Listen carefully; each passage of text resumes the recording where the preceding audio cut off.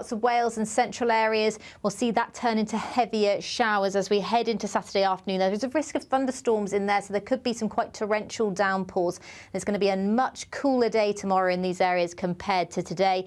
Across the south coast as well, we could see some further heavy rain, but in the northwest, once again, warm and dry, particularly for the time of year and compared to recent weather.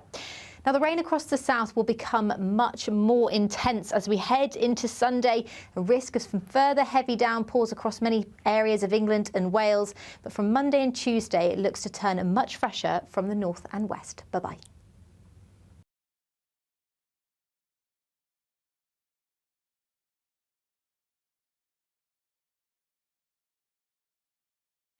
This is your chance to win.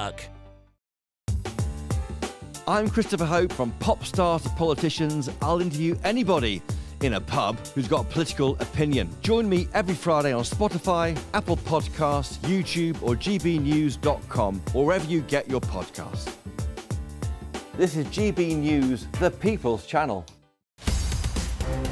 In the GB Newsroom, we bring you the news as it happens. With our team of dedicated journalists across the UK. We're ready to keep you up to date with what's happening every half an hour, every single day. Bulletins here on GB News. The People's Channel. Britain's news channel. It's Patrick Christie's Tonight, and here we do things differently. It's explaining the absolute madness of this, doesn't it? It's explosive. I mean, this is very good. It's lively. 850. Your government sat there, Sean, and it did nothing. It's controversial. And the Middle East has been in turmoil since before I was born. It's everything you need to kickstart your evening. Everyone's had their Weetabix tonight. I love to see it. That's Patrick Christie's Tonight, weeknights from 9 p.m. Only on GB News, the People's Channel, Britain's news channel. Are the newspapers getting you down? My wife didn't divorce me that month. Struggling to separate the wheat from the chaff? I know that it's a bit of a circus at the best of times.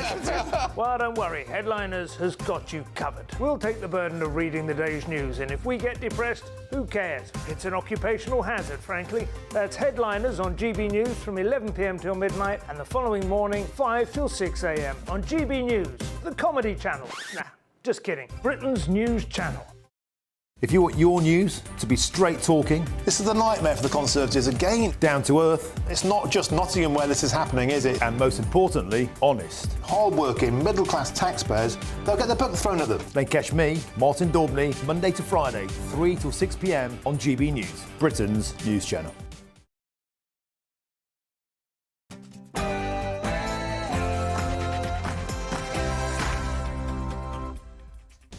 Hey, very good afternoon to you. It's 3 p.m. and welcome to the Martin Daubney Show on GB News. We're broadcasting live from the heart of Westminster, all across the UK. On today's show, after another tragic week when 12 illegal immigrants perished in the Channel, today the Home Secretary called an emergency cabinet meeting at the National Crime Agency.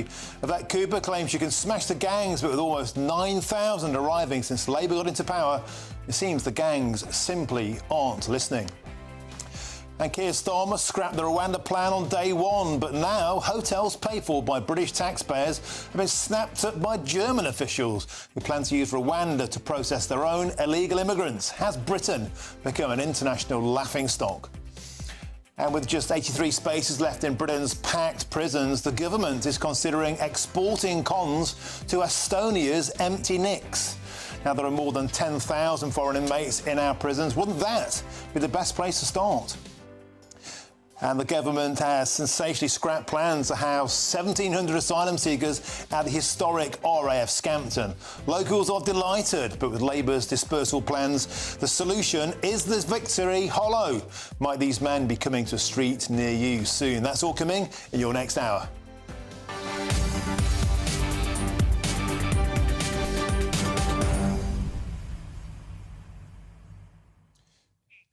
Now, in just a few moments' time, we'll have the latest on the government's attempts to smash the gangs and British prisoners potentially being sent to Estonia. Bear in mind, we can't even deport terrorists. Do you think that's even going to happen?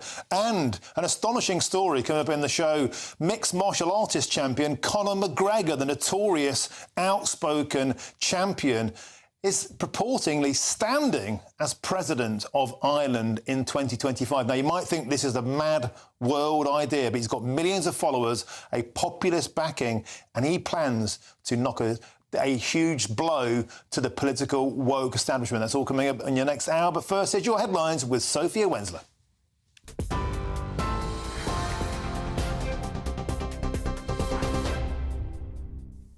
Martin, thank you. Good afternoon. I'm Sophia Wensler with your headlines just after 3 o'clock.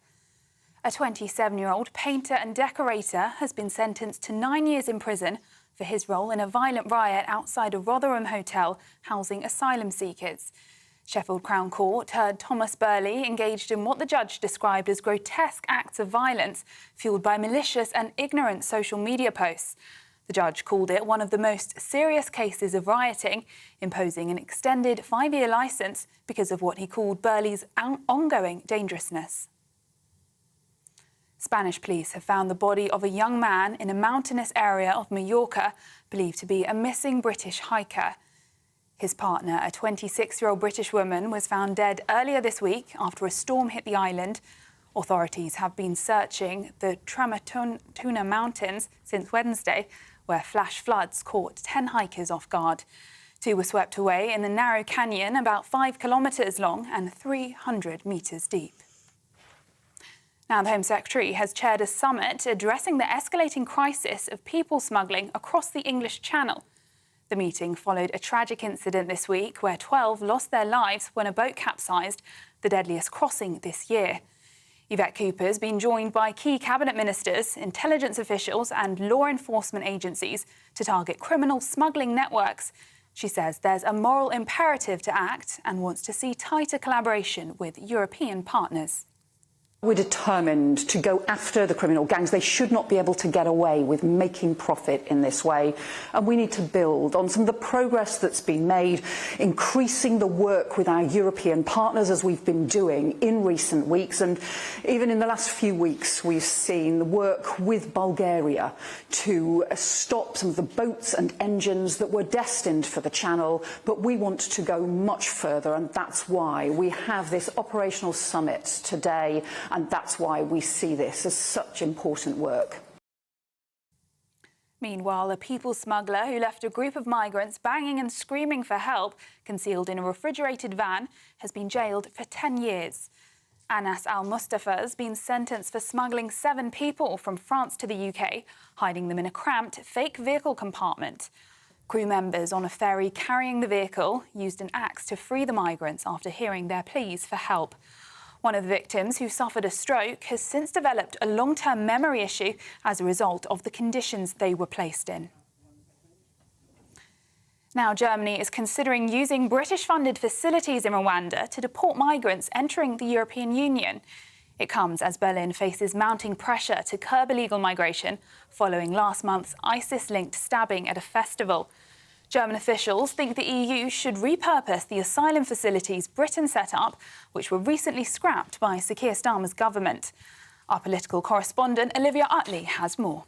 There will be those who argue, and in fact Conservative MPs are already arguing, that if the Rwanda policy is good enough for Germany, if Germany believes it will act as a sufficient deterrent to stop illegal immigrants coming over to Germany, then why did Keir Starmer choose to throw out that policy on his first day in office and replace it with this rather nebulous plan to smash the gangs? Now, the government says it has no plans to send prisoners to Estonia, addressing rumours on policies to ease overcrowded jails. It comes as the UK prisons population hit a record high this morning, now reaching 88,521 inmates, 171 more than last week's peak. Downing Street insists that building more prisons remains a key priority, and a 10-year strategy will be published this autumn to ensure enough space for dangerous offenders. In the US, a 14-year-old suspect in a school shooting has appeared in a Georgia court facing murder charges after a deadly rampage on Wednesday. The attack left 4 people dead, including 2 teachers and 2 students, and wounded 9 others. Colt Gray, who used a semi-automatic rifle, is being held without bail and will be tried as an adult. In a rare move, his father, Colin Gray, also faces multiple charges, including involuntary manslaughter for allegedly allowing his son to access the weapon used in the attack. Both are expected to appear in court on Friday. Areas from London to the west of England are in for a wet end to the week. The Environment Agency's warning of potential flooding and travel disruptions, especially in low-lying areas. Roads near the Thames in West London could flood at high tide this evening, while Devon, the southwest and West Sussex remain under alerts. Meanwhile, Scotland will see the best weather, where temperatures could reach 27 degrees. Those are the latest GB News headlines for now. I'm Sophia Wensler, more in half an hour. For the very latest GB News direct to your smartphone, sign up to News Alerts by scanning the QR code or go to gbnews.com/alerts.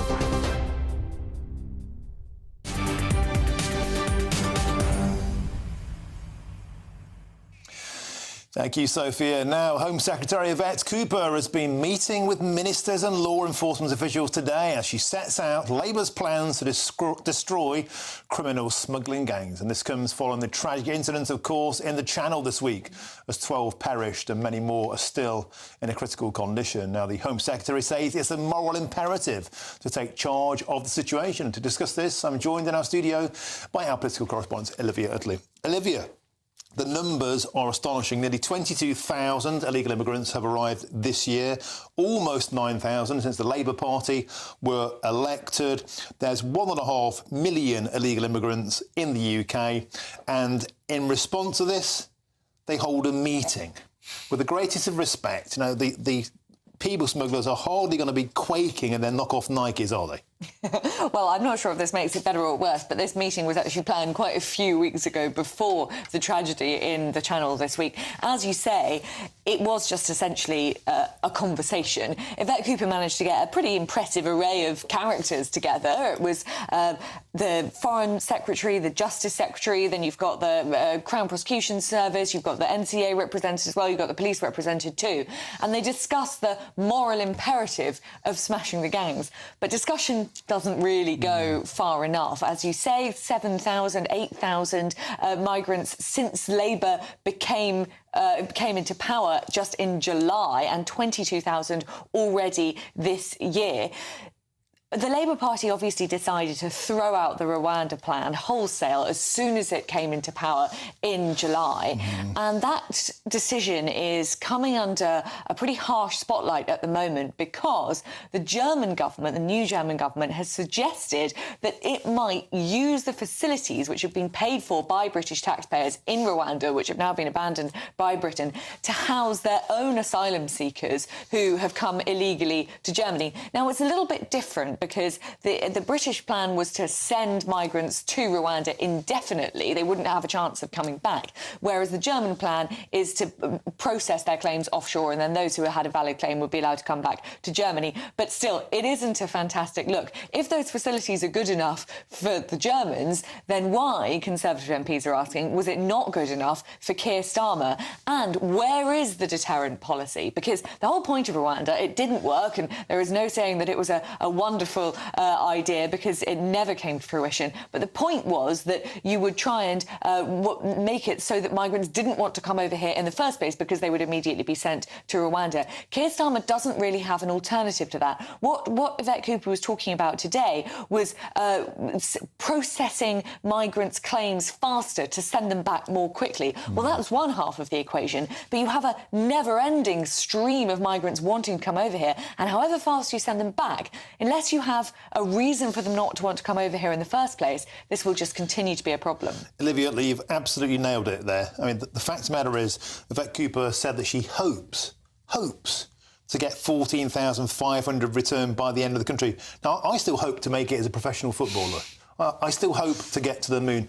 I digress. But the point is, 14,500 by the end of the year won't even be two-thirds of those who have arrived this year thus far. The fact of the matter is, appointing 100 lawyers, 100 pen pushers, whatever you want to call them, to tackle this, is that robust enough when really what we are crying out for, many people would say, is an actual deterrent to stop that pull factor in the first place? Well, it's a really tricky one because To be fair to the Labour government, the Conservatives' deterrent policy simply didn't work. They put a lot of parliamentary time into it. They put a lot of money into it, £318 million already paid to the Rwandan government, none of which can be recouped. And between June 2022, when the idea was first mooted, and May 2024, when the election was called, not a single migrant was sent to Rwanda. So you could argue, and Keir Starmer has argued, that it's just not pragmatic, and he wants to be pragmatic. But as you say, if you're just sending people back, and not really at the rate that they would need to be sent back simply to keep up with arrivals, you still have that problem of that never-ending flow of migrants wanting to come over here. And as for smashing the gangs, obviously it's something that the previous government wanted to do as well, but it's not that straightforward. You don't just sort of take out the big boss like you might do in a sort of crime drama where you have one linchpin who's holding it all together. These are tiny little gangs setting up all the time, very, very informal, unstructured, moving up and down the beaches all the time. Breaking them up is much more easily said than done. Again, excellent summary, Olivia, at least superb, playing whack-a-mole with these people. Now, moving on from Labour's plans to smash the gangs, as we discussed for a moment there, Germany might have plans to revive the Rwanda plan. Well, this comes as a senior German migration figure has proposed using Britain's failed but funded Rwanda plan to deport migrants who arrive illegally into the EU. Well, joining me now to discuss this is Dr Mike Jones, the Executive Director of Migration Watch. Welcome to the show. Always a pleasure, Dr Jones. Let's be honest. This was scrapped on day one. Now, also, not a single person ever voluntarily went to Rwanda, not through lack of trying, you might add. Sir Keir Starmer, meanwhile, went on his transcontinental love-in, trying to get an immigration pact with Olaf Scholz in Germany and President Macron in France. We don't know if anything came of that, but what we do know is, once again, typical, just like going on holiday, the Germans have nicked our hotels. Yeah, it's quite ironic, Martin. You know, Sir Keir Starmer wants this sort of transnational pro-EU approach to the illegal migration problem, but Germany is now considering a sort of Rwanda-type scheme. I mean, the thing about the Rwanda plan is it was flawed in certain ways. There were too many loopholes there and possibilities for appeal. However, it did have the potential to act as a deterrent. You know, we saw this with illegal migrants trying to, you know, flee the UK to the Republic of Ireland. Ultimately, you know, Rwanda was last chance saloon for the previous government.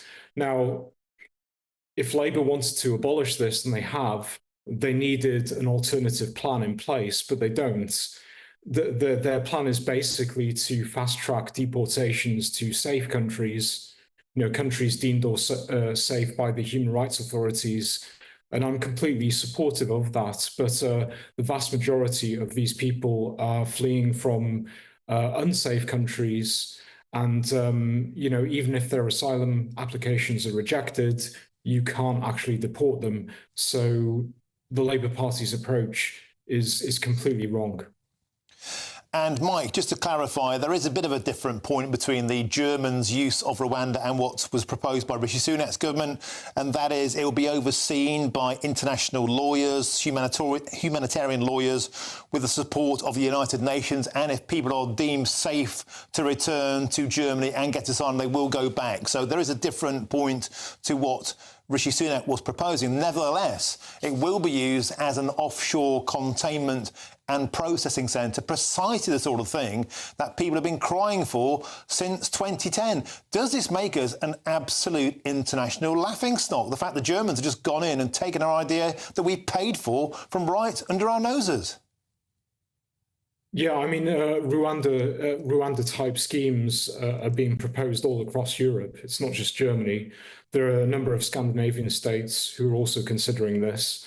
And, you know, it makes sense logically, because if you want to stop illegal migration, ultimately you have to deport people to their country of origin. And if that's not possible, you have to deport them to a third safe country. And you know, obviously, Mr. Kagame and the government in Rwanda is very open to this, and it doesn't surprise me that European states are considering this. there's this meme going around the internet that, Sir Keir Starmer is this, sort of sensible centrist dad type public figure who's in touch with Middle England on the migration issue, but it's complete nonsense. If Sir Keir Starmer was this, sort of noble centrist figure, he would have said, listen, I personally don't agree with the Rwanda plan, but we spent an awful lot of money on this. We've invested an awful amount of political capital. Let's trial it for 6 months. Let's see what happens. I don't think it will work, he could say. But let's see how it pans out. But he didn't. He just scrapped it. And I think that's completely outrageous. OK, we have to leave it there. Dr Mike Jones, Executive Director of Migration Watch. It really does some days feel like the lunatics have taken over the asylum system. Thank you very much. Now, I'll have lots more on that story throughout the show, of course, and there's plenty of coverage on our website, GBNews.com, and you've helped to make it the fastest-growing national news website in the country, so thank you very much. Now, we're entering the final weeks of our £30,000 Great British giveaway, so there's still plenty of time to get your entry in. Now, what would you do with all the extra tax-free cash? Well, here's all the details that you need for your chance to trouser it. On demand. Good luck. Fill your boots. Now, it's sending prisoners to Estonia, the ultimate example of this government being out of their depth on prisons. We'll be answering that one next. I'm Martin Daubney on GB News, Britain's news channel.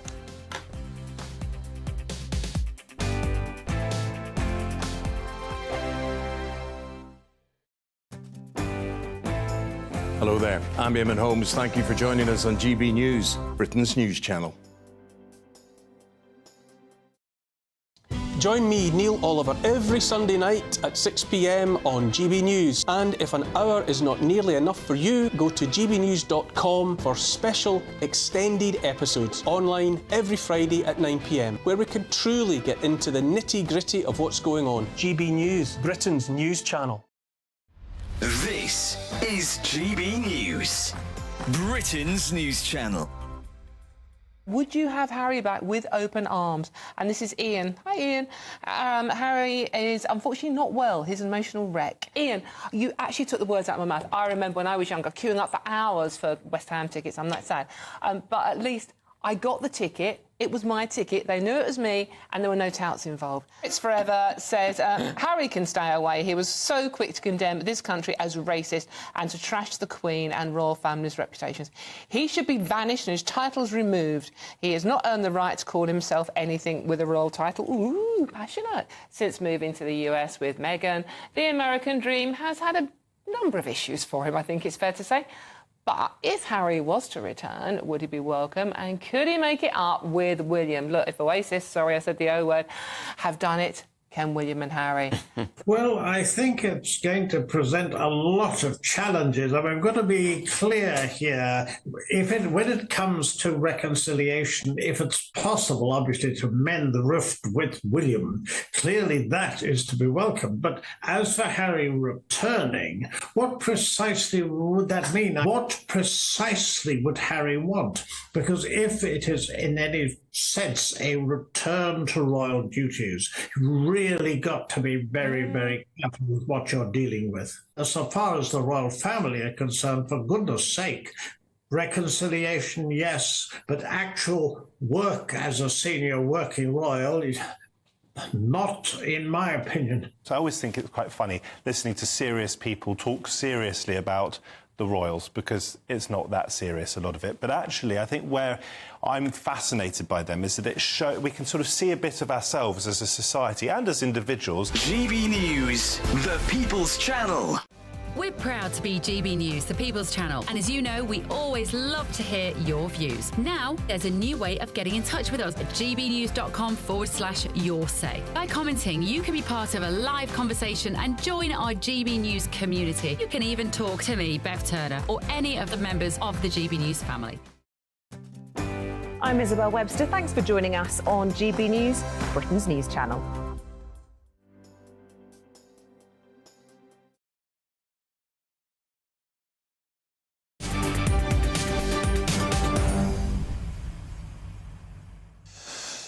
Welcome back, 3:22 with me, Martin Daubney, on GB News. Now, have you ever struggled to point out Estonia on a world map? Well, now prisoners could soon be spending their sentences there because government sources have revealed plans are in the pipeline to transfer criminals from British jails into Estonian jails, which have been labelled as a solution to tackle Britain's overcrowded prison crisis. Now, the Estonian Justice Minister revealed that a number of countries are interested in using Estonia's unused prison space.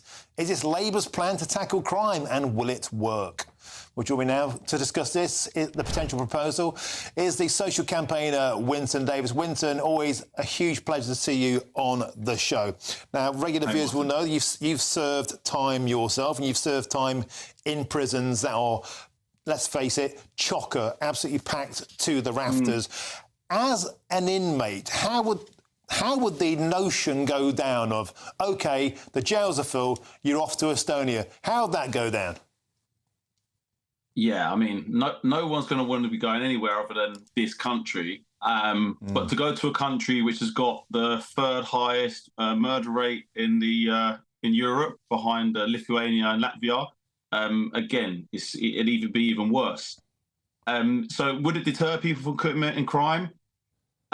Maybe, maybe not. But certainly when they come back, if they come back, they're going to be more, potentially more, willing and wanting to do more ruthless crime.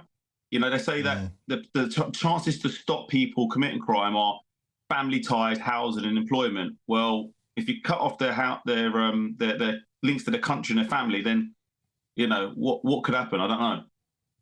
And Winston, on that basis, I mean, you're absolutely right. Having family to come and see you, to keep your spirits up, to keep that connection to the outside world is an imperative. In fact, it's enshrined in British legal rights. It is a human right of people in jails. Now, people can complain about that all the like, but that's the way it is.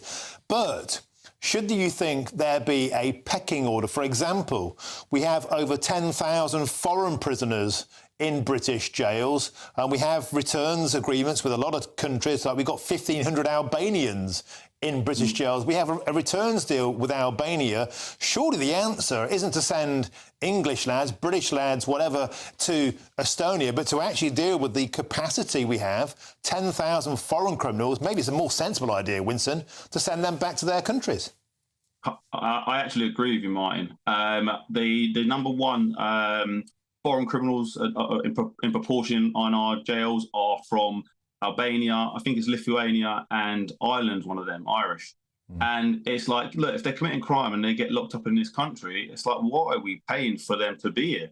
Like, send them straight back, never to return, and work out that way. We definitely shouldn't be sending people out when we can. I said this a few weeks ago when I was on. I said the foreign criminals in here that we can get out, especially lower level ones that, are on short sentences or maybe not for violent crime, just send them back. I totally agree. And when you look at the numbers, you're right. So it's almost 1,500 Albanians, 856 Polish inmates, 758 Romanians, as you say, 624 Irish, over 400 Lithuanians, 400 Jamaicans, 300 Pakistanis, 280 Somalians, 199 Nigerians. I could go on. You get the point. We have 100%. A system, we're being told now, Winston, today we have 83 spaces in British jails, and yet we have 10,321 foreign prisoners. To me, this is a no-brainer. It is. I think it's like he's talking about, we're doing the this early dawn initiative next month, reducing the sentences to 40%. But actually, if we did a knee-jerk of taking out the foreign prisoners, taking them out and sending them back to wherever they've come from, regardless of the sort of the financial implication of it, however you work that out between the countries, just get them out because we can't keep them here. That 1,000,000% makes sense. And then if you look at the overhaul of what's led us to this, in the article we're talking about, former Lord Chief Justice Thomas, he says, he's a lawyer, he went to Cambridge, and he says that, we've been increasingly increasing the sentences for longer and longer time, but we're looking at what kind of effect on it. And realistically, I've said it before, we've had an explosion of private prisons, and the only ones that are really benefiting from this explosion of prisons and explosion of prison sentences are the people, the shareholders of these privately owned prisons. We looked at yesterday come out this report from Grenfell.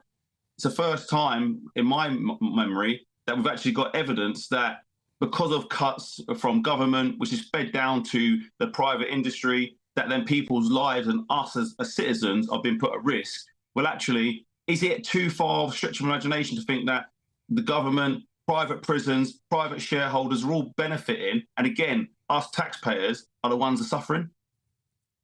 And Winston, you know, I just love talking to you because you've got such common sense, and I want to get you to tell the viewers again today about the positive benefits of prison. And I'm assuming that the quality of environment, the chance of rehabilitation, the chance of getting an education, an active job inside is directly impacted by how packed the prison is. Overcrowded prisons, you have more containment alone because there's more chance of violence when you're in there. So if the capacity is eased in jails, there is more chance for rehabilitation. And Winston, I want you to just to tell us again how prison works for you.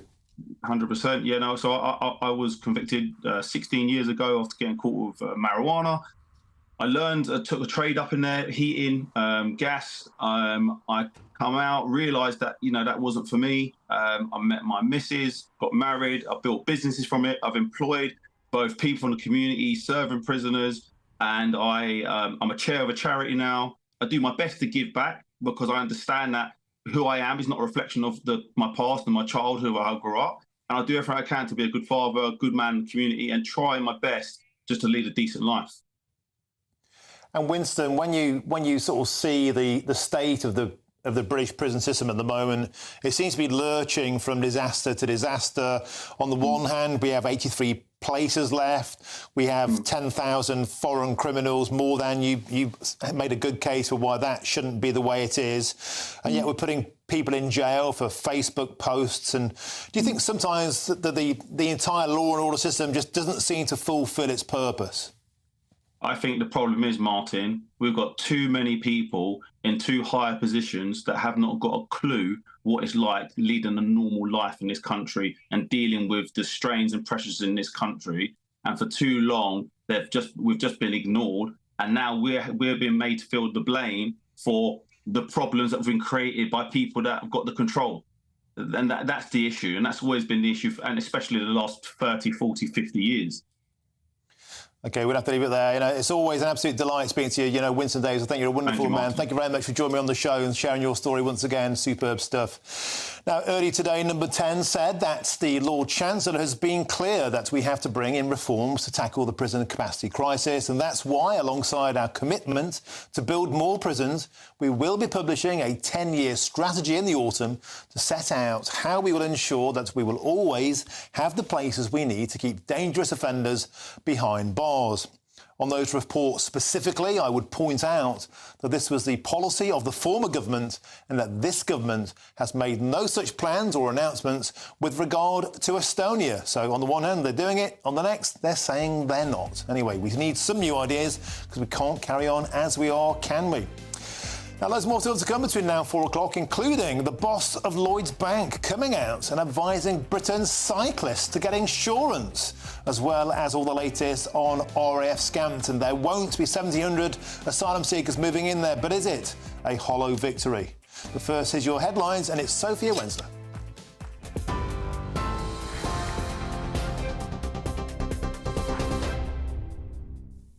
Martin, thank you. Good afternoon. It's 3:31. I'm Sophia Wensler with your headlines. A 27-year-old painter and decorator has been sentenced to 9 years in prison for his role in a violent riot outside a Rotherham hotel housing asylum seekers. Sheffield Crown Court heard Thomas Burley engaged in what the judge described as grotesque acts of violence fuelled by malicious and ignorant social media posts. The judge called it one of the most serious cases of rioting, imposing an extended 5-year licence because of what he called Burley's ongoing dangerousness. The Home Secretary's chaired a summit addressing the escalating crisis of people smuggling across the English Channel. The meeting follows a tragic incident this week where 12 people lost their lives when a boat capsized, the deadliest crossing this year.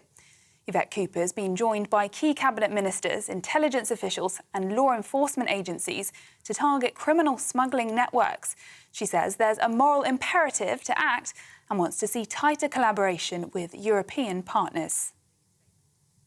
In the US, a 14-year-old suspect in a school shooting has appeared in a Georgia court facing murder charges after a deadly rampage on Wednesday. The attack left 4 people dead, including 2 teachers and 2 students, and wounded 9 others. Colt Gray, who used a semi-automatic rifle, is being held without bail and will be tried as an adult. In a rare move, his father, Colin Gray, also faces multiple charges, including involuntary manslaughter, for allegedly allowing his son to access the weapon used in the attack. Both are expected to appear in court on Friday. Areas from London to the west of England are in for a wet end to the week. The Environment Agency is warning of potential flooding and travel disruptions, especially in low-lying areas. Roads near the Thames in West London could flood at high tide this evening, while Devon, the southwest and West Sussex remain under alerts. Meanwhile, Scotland will see the best weather, where temperatures could reach 27 degrees. Those are the latest GB News headlines for now. I'm Sophia Wensler, more in half an hour. For the very latest GB News direct to your smartphone, sign up to News Alerts by scanning the QR code or go to gbnews.com/alerts. Cheers Britannia Wine Club proudly sponsors the GB News Financial Report. And here's a quick snapshot of today's markets. The pound will buy you $1.3171 and €1.1881. The price of gold is £1,904 and 9 pence per ounce. And the FTSE 100's at 8,233 points. Cheers Britannia Wine Club proudly sponsors the GB News Financial Report.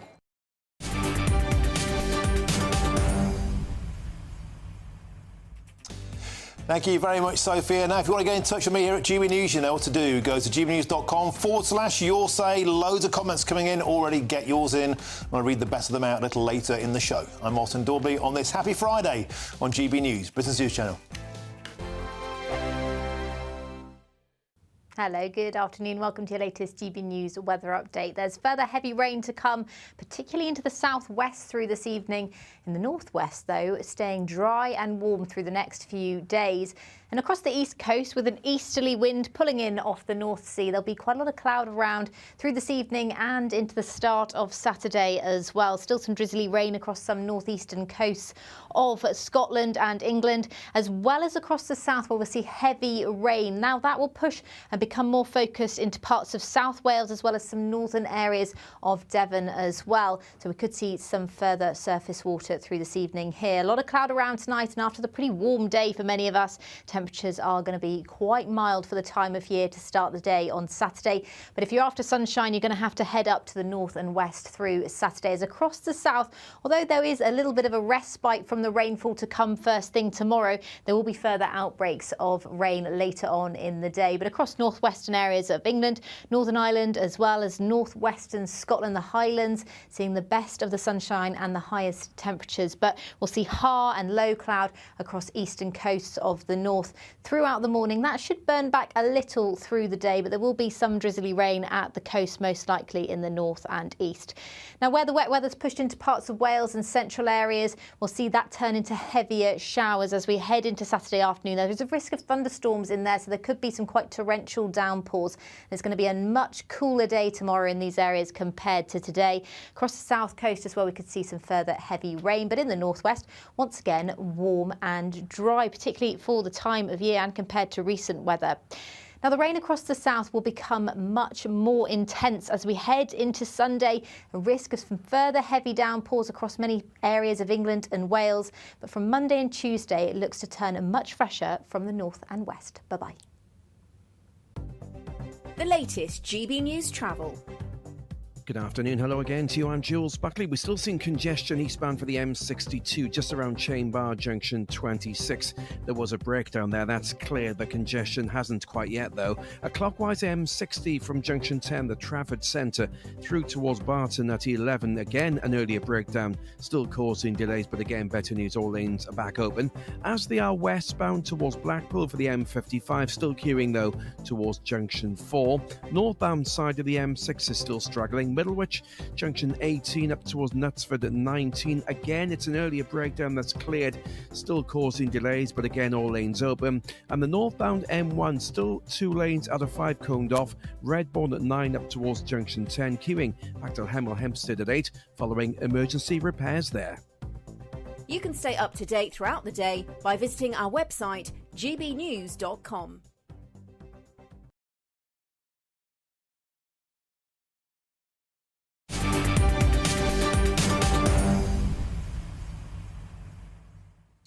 Welcome back. Your time is 3:38. I'm Martin Daubney on GB News. Now, John Neal, the chief executive of Lloyd's of London, said it's not such a daft idea to expect cyclists to consider having insurance to protect themselves and other road users. What do you think of this? Because there was a case recently, and joining me to discuss this now is Donica McCarthy, the founder of Stop Killing Cyclists. Always a pleasure to have you on the show. Thank you for joining us. Now, let's just talk about a case that broke this week. You know that we'll be fully aware. A drunk cyclist ploughed into 2 girls so heavily, one of them had to have a finger amputated, and when they tried to get recompense from this drunk cyclist, there was no way they could do it because he had no money, he couldn't afford to pay compensation, and surely in that instance, insurance for that cyclist would have been a fair and proper thing for him to have had. In that case, why not insure all cyclists?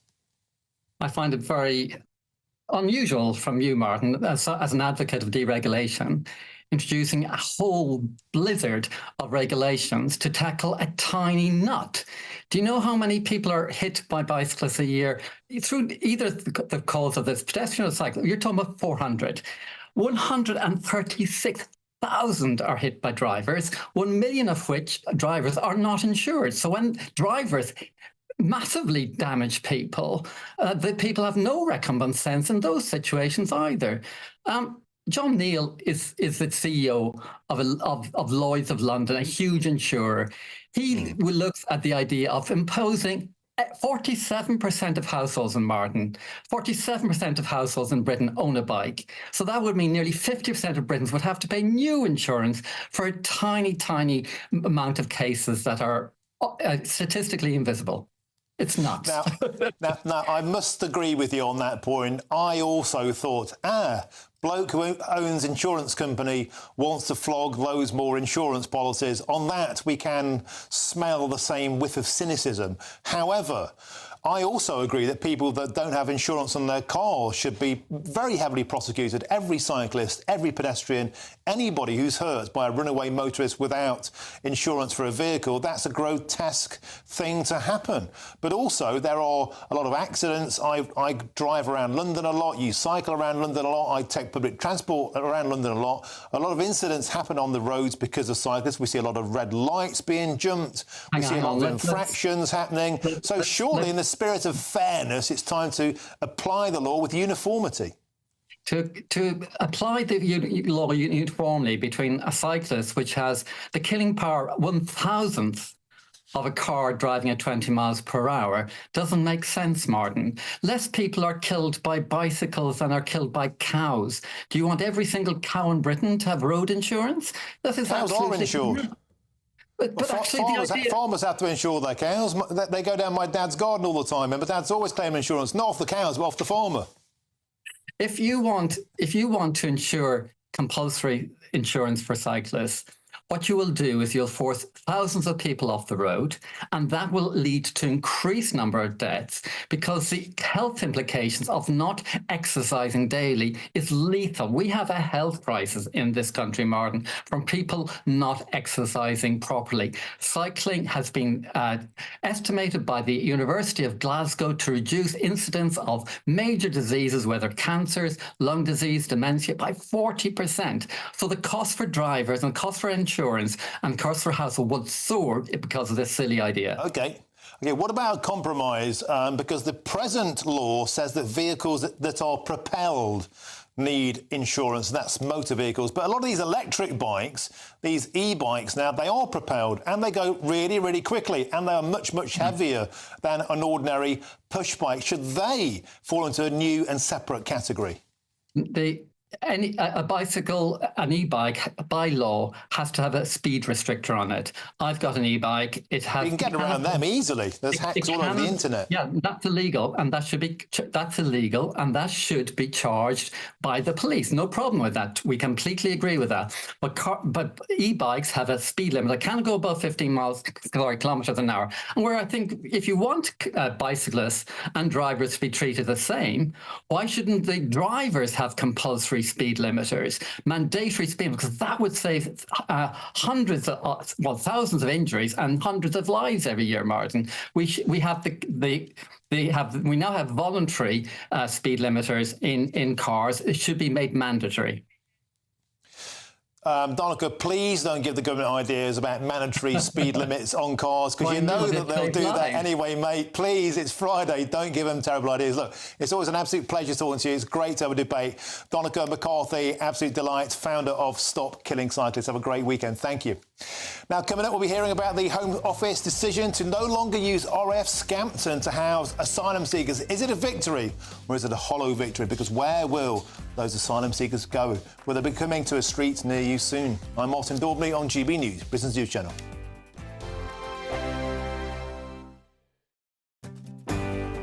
I'm Michelle Dewberry and this is GB News, the People's Channel, Britain's news channel.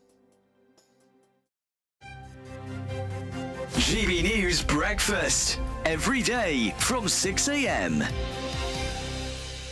Meghan Markle is finding it very, very difficult to recruit staff for her lifestyle brand, which is called American Riviera Orchard. There's a mouthful for you. Apart from a jam gifted to influencers earlier this year, the brand is yet to launch any products.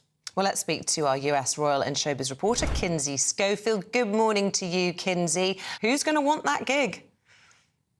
I mean, there are rumors that Netflix has said, allow us to manage the retail strategy. If she can't manage to find a CEO or somebody willing to work with her, Netflix sees an opportunity there. To be an influencer, people have got to want to be like you. Do people like her?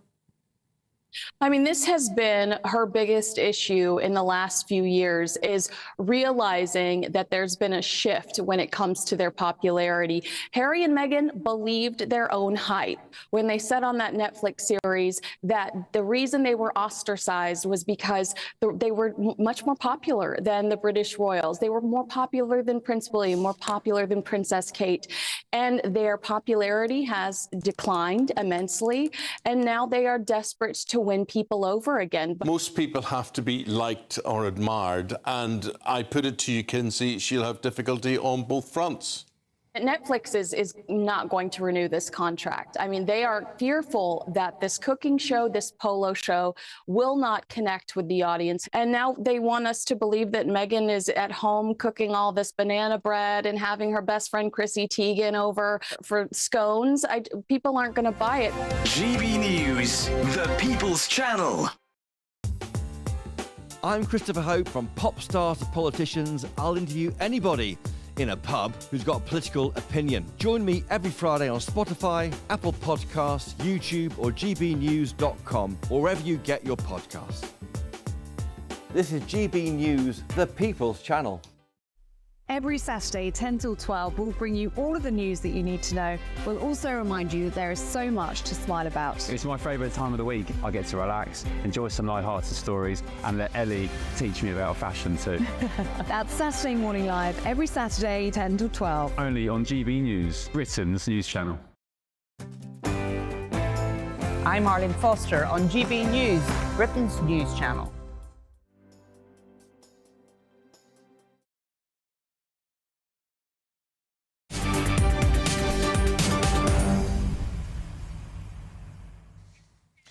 Welcome back. Your time is 3:46. I'm Martin Daubney on GB News. The Labour Party have got scrapped plans to house asylum seekers at RAF Scampton, claiming the site does not offer value for money. Now, our reporter Will Hollis brings us this report from Scampton.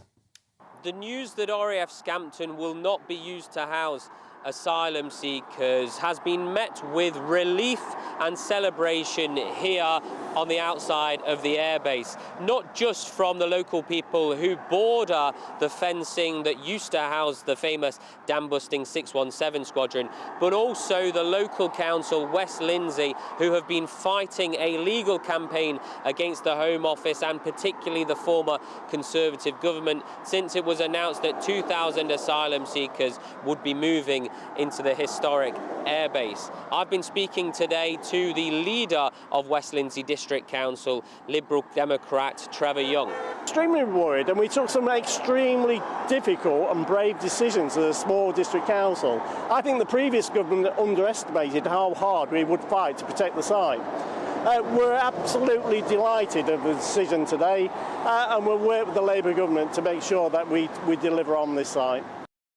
The decision has been made by the Labour government to scrap the plans to house asylum seekers at the former airbase Scampton because of what they describe as value for money. They think that despite £60 million having already been spent on porter cabins and the facilities that would make it worthy of housing asylum seekers, that the extra £122 million that would be spent now from August, when asylum seekers were due to move in here, until the end of 2027, when legally the Home Office had the right to use Scampton, would not be, as they describe, value for money. As I say, it's been met with relief and celebration by people who live here in Scampton.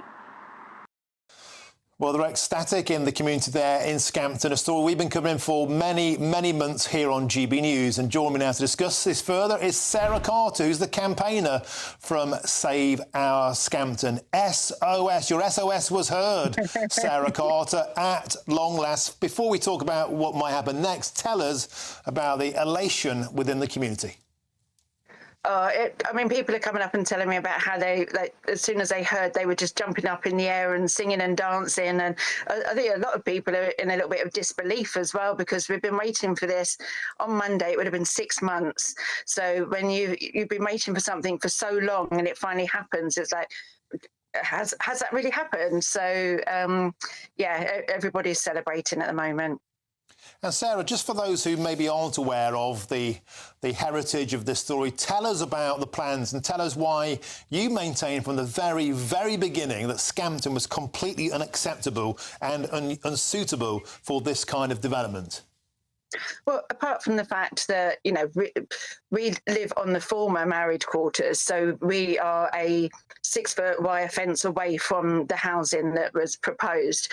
And, you know, we've got a £300 million regeneration plan from Scampton Holdings that we're working with West Lindsey District Council to make sure that the history and the heritage, the story of the dam busters was going to be celebrated, and it was going to keep its character. We were going to have education centre, a satellite company wants to put satellites up into space from here. There was so much potential, and to have the possibility of losing that was horrendous. And now, you know, things can hopefully carry on with the original plans now. So yeah, we've all got our fingers crossed that it's all going to go to plan now.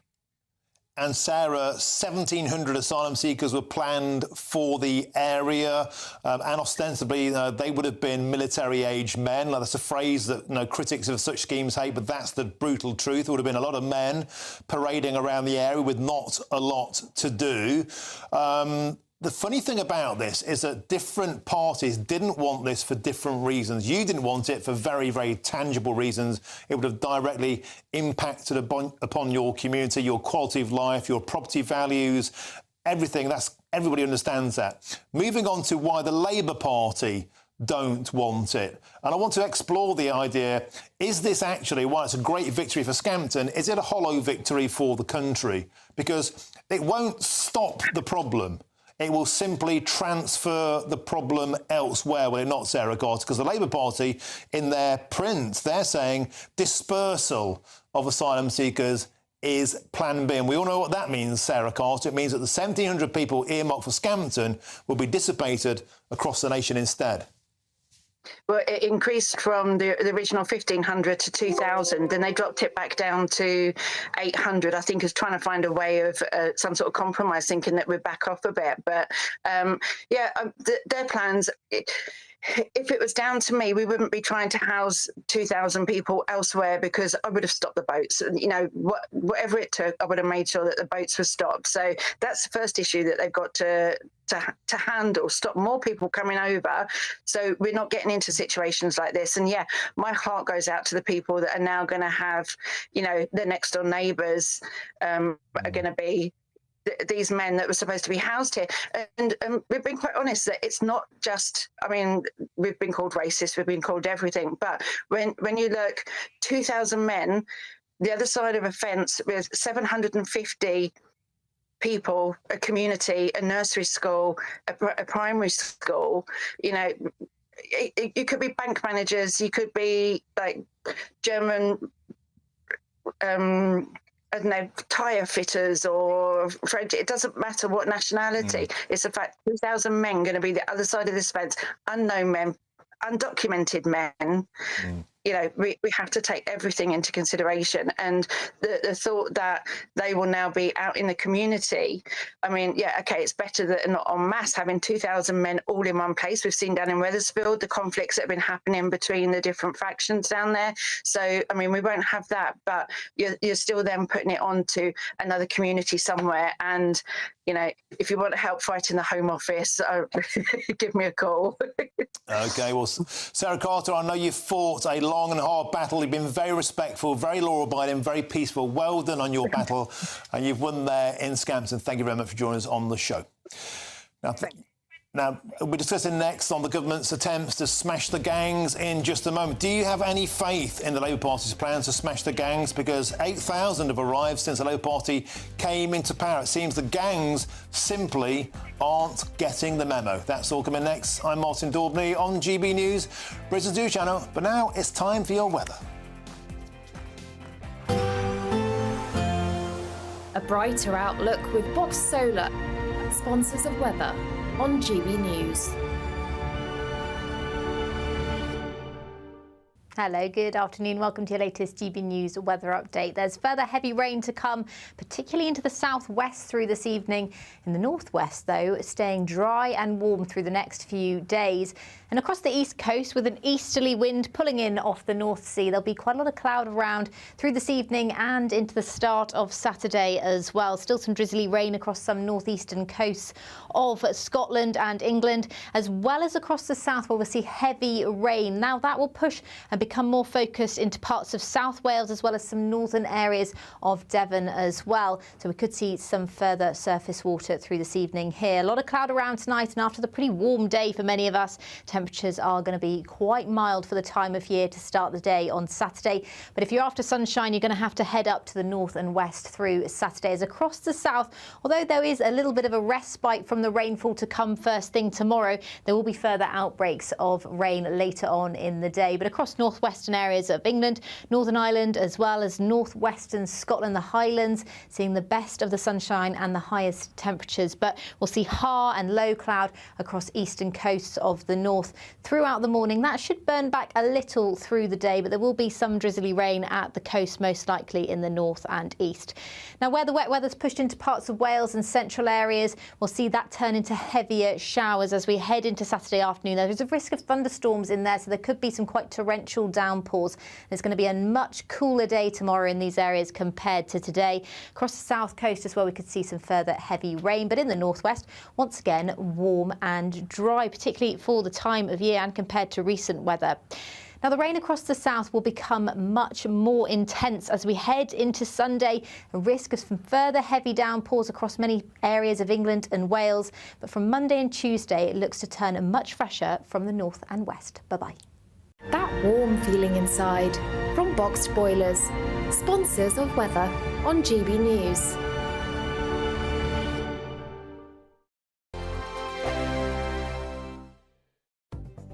The latest GB News travel. Good afternoon to you. Hello again. I'm Jules Buckley. Well, the eastbound M62 is still struggling just towards and past Chain Bar at junction 26. It follows an earlier breakdown. All lanes are open. Queues either side of the M60 at the moment. Firstly, clockwise from the Trafford Centre at 10 through towards Barton at 11. Very slow anti-clock from the Cheadle's Roscoe's roundabout. That's junction 2 through towards the Stockport Pyramid junction 1. A lane shut there at the scene of a collision. There are 2 lanes still called off for the northbound M1. Redbourne at 9 up to junction 10. There's emergency repairs ongoing, so queuing back to Hemel Hempstead at 8. The inside lane westbound M4 after Heathrow at 4's come off. There's a breakdown causing queues. Still queuing following an earlier bump on the anti-clock M25, though it's cleared just before junction 16 for the M40. And that's the latest. You can stay up to date throughout the day by visiting our website, gbnews.com. Tune in to Friday Night Live with me, Mark Dolan. GB News royalty with your perfect start to the weekend. Lucky us! Feisty and fearless guests. Well, I'm a normal person, so ask me. Honest opinions that raises more questions than a Gary Barlow tax return. And a few surprises along the way. Might be cold in this studio. That is Friday Night Live with me, Mark Dolan. 8 to 9, only on GB News, the People's Channel, Britain's news channel. Hi there, I'm Michelle Dewberry and I'm going to take a second to tell you all about my show, Dubes & Co. We start off with the issues of the day. We then bring in both sides of the arguments. We get rid of the disrespect. And then you throw me into the mix. And trust me, I'll tell it exactly how it is. And then, of course, the magic ingredient, you at home. We mix it all together and what have we got, in my opinion, the best debate show in town. Monday to Friday, 6 till 7 on GB News, Britain's news channel. And good luck.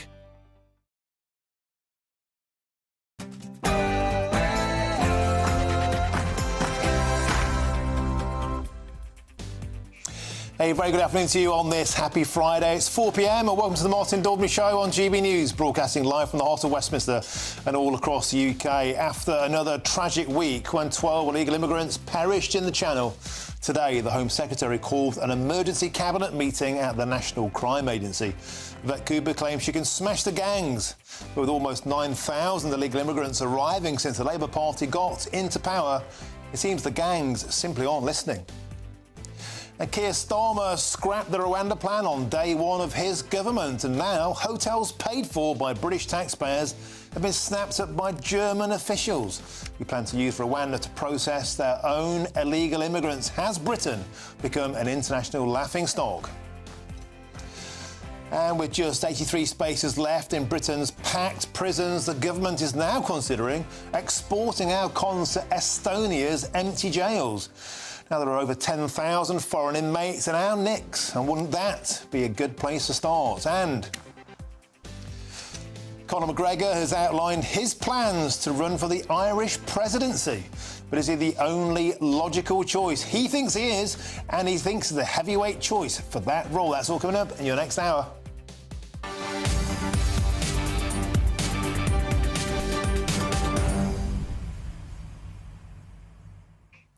So Conor McGregor for Irish president. It's a story you almost couldn't make up, but he's quite a politically involved individual. He's got millions of followers. He's a populist. He thinks Ireland should be for the Irish. And he seems serious about rejecting what he calls a woke political class. He calls them thieves. He calls them chancers. And his ideas are attracting some big followers. Elon Musk has called the idea awesome. Could that extraordinary thing happen? I'll be talking about that in this show. And likely we'll be talking about that much more. But here's your headlines with Sophia Wensler.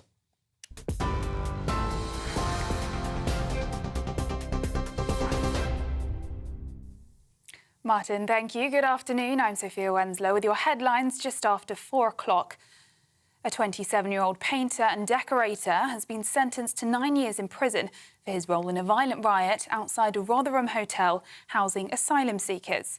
Sheffield Crown Court heard Thomas Burley engaged in what the judge described as grotesque acts of violence fuelled by malicious and ignorant social media posts. The judge called it one of the most serious cases of rioting, imposing an extended 5-year licence because of what he called Burley's ongoing dangerousness. Now, the Home Secretary has chaired a summit addressing the escalating crisis of people smuggling across the English Channel. The meeting followed a tragic incident this week where 12 lost their lives when a boat capsized, the deadliest crossing this year. Yvette Cooper's been joined by key cabinet ministers, intelligence officials and law enforcement agencies to target criminal smuggling networks. She says there's a moral imperative to act and wants to see tighter collaboration with European partners. We're determined to go after the criminal gangs. They should not be able to get away with making profit in this way. And we need to build on some of the progress that's been made, increasing the work with our European partners as we've been doing in recent weeks. And even in the last few weeks, we've seen the work with Bulgaria to stop some of the boats and engines that were destined for the Channel. But we want to go much further, and that's why we have this operational summit today. And that's why we see this as such important work. Meanwhile, a people smuggler who left a group of migrants banging and screaming for help, concealed in a refrigerated van, has been jailed for 10 years. Anas al-Mustafa has been sentenced for smuggling 7 people from France to the UK, hiding them in a cramped, fake vehicle compartment.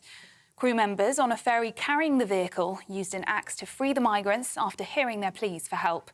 One of the victims, who suffered a stroke, has since developed a long-term memory issue as a result of the conditions they were placed in. Germany is considering using British-funded facilities in Rwanda to deport migrants entering the European Union. It comes as Berlin faces mounting pressure to curb illegal migration following last month's ISIS-linked stabbing at a festival. German officials think the EU should repurpose the asylum facilities that Britain set up, which were recently scrapped by Sir Keir Starmer's government. Our political correspondent, Olivia Utley, has more. There will be those who argue, and in fact Conservative MPs are already arguing, that if the Rwanda policy is good enough for Germany, if Germany believes it will act as a sufficient deterrent to stop illegal immigrants coming over to Germany, then why did Keir Starmer choose to throw out that policy on his first day in office and replace it with this rather nebulous plan to smash the gangs? In other news, the government says it has no plans to send prisoners to Estonia, addressing rumours on policies to ease overcrowded jails.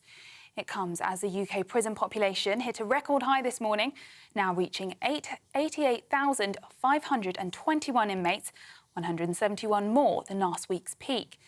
Downing Street insists that building more prisons remains a key priority, and a 10-year strategy will be published this autumn to ensure enough space for dangerous offenders. Now, in the US, a 14-year-old suspect in a school shooting has appeared in a Georgia court, facing murder charges after a deadly rampage on Wednesday.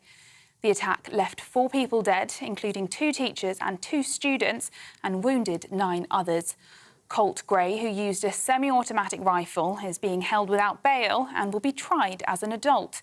In a rare move, his father, Colin Gray, also faces multiple charges, including involuntary manslaughter, for allegedly allowing his son to access the weapon used in the attack. Both are expected to appear in court today. And areas from London to the west of England are in for a wet end to the week. The Environment Agency is warning of potential flooding and travel disruptions, especially in low-lying areas. Roads near the Thames in West London could flood at high tide this evening, while Devon, the southwest and West Sussex remain under alerts. Meanwhile, Scotland will see the best weather, where temperatures could reach 27 degrees. Those are the latest GB News headlines for now. Now it's back to Martin. For the very latest GB News direct to your smartphone, sign up to News Alerts by scanning the QR code or go to gbnews.com/alerts.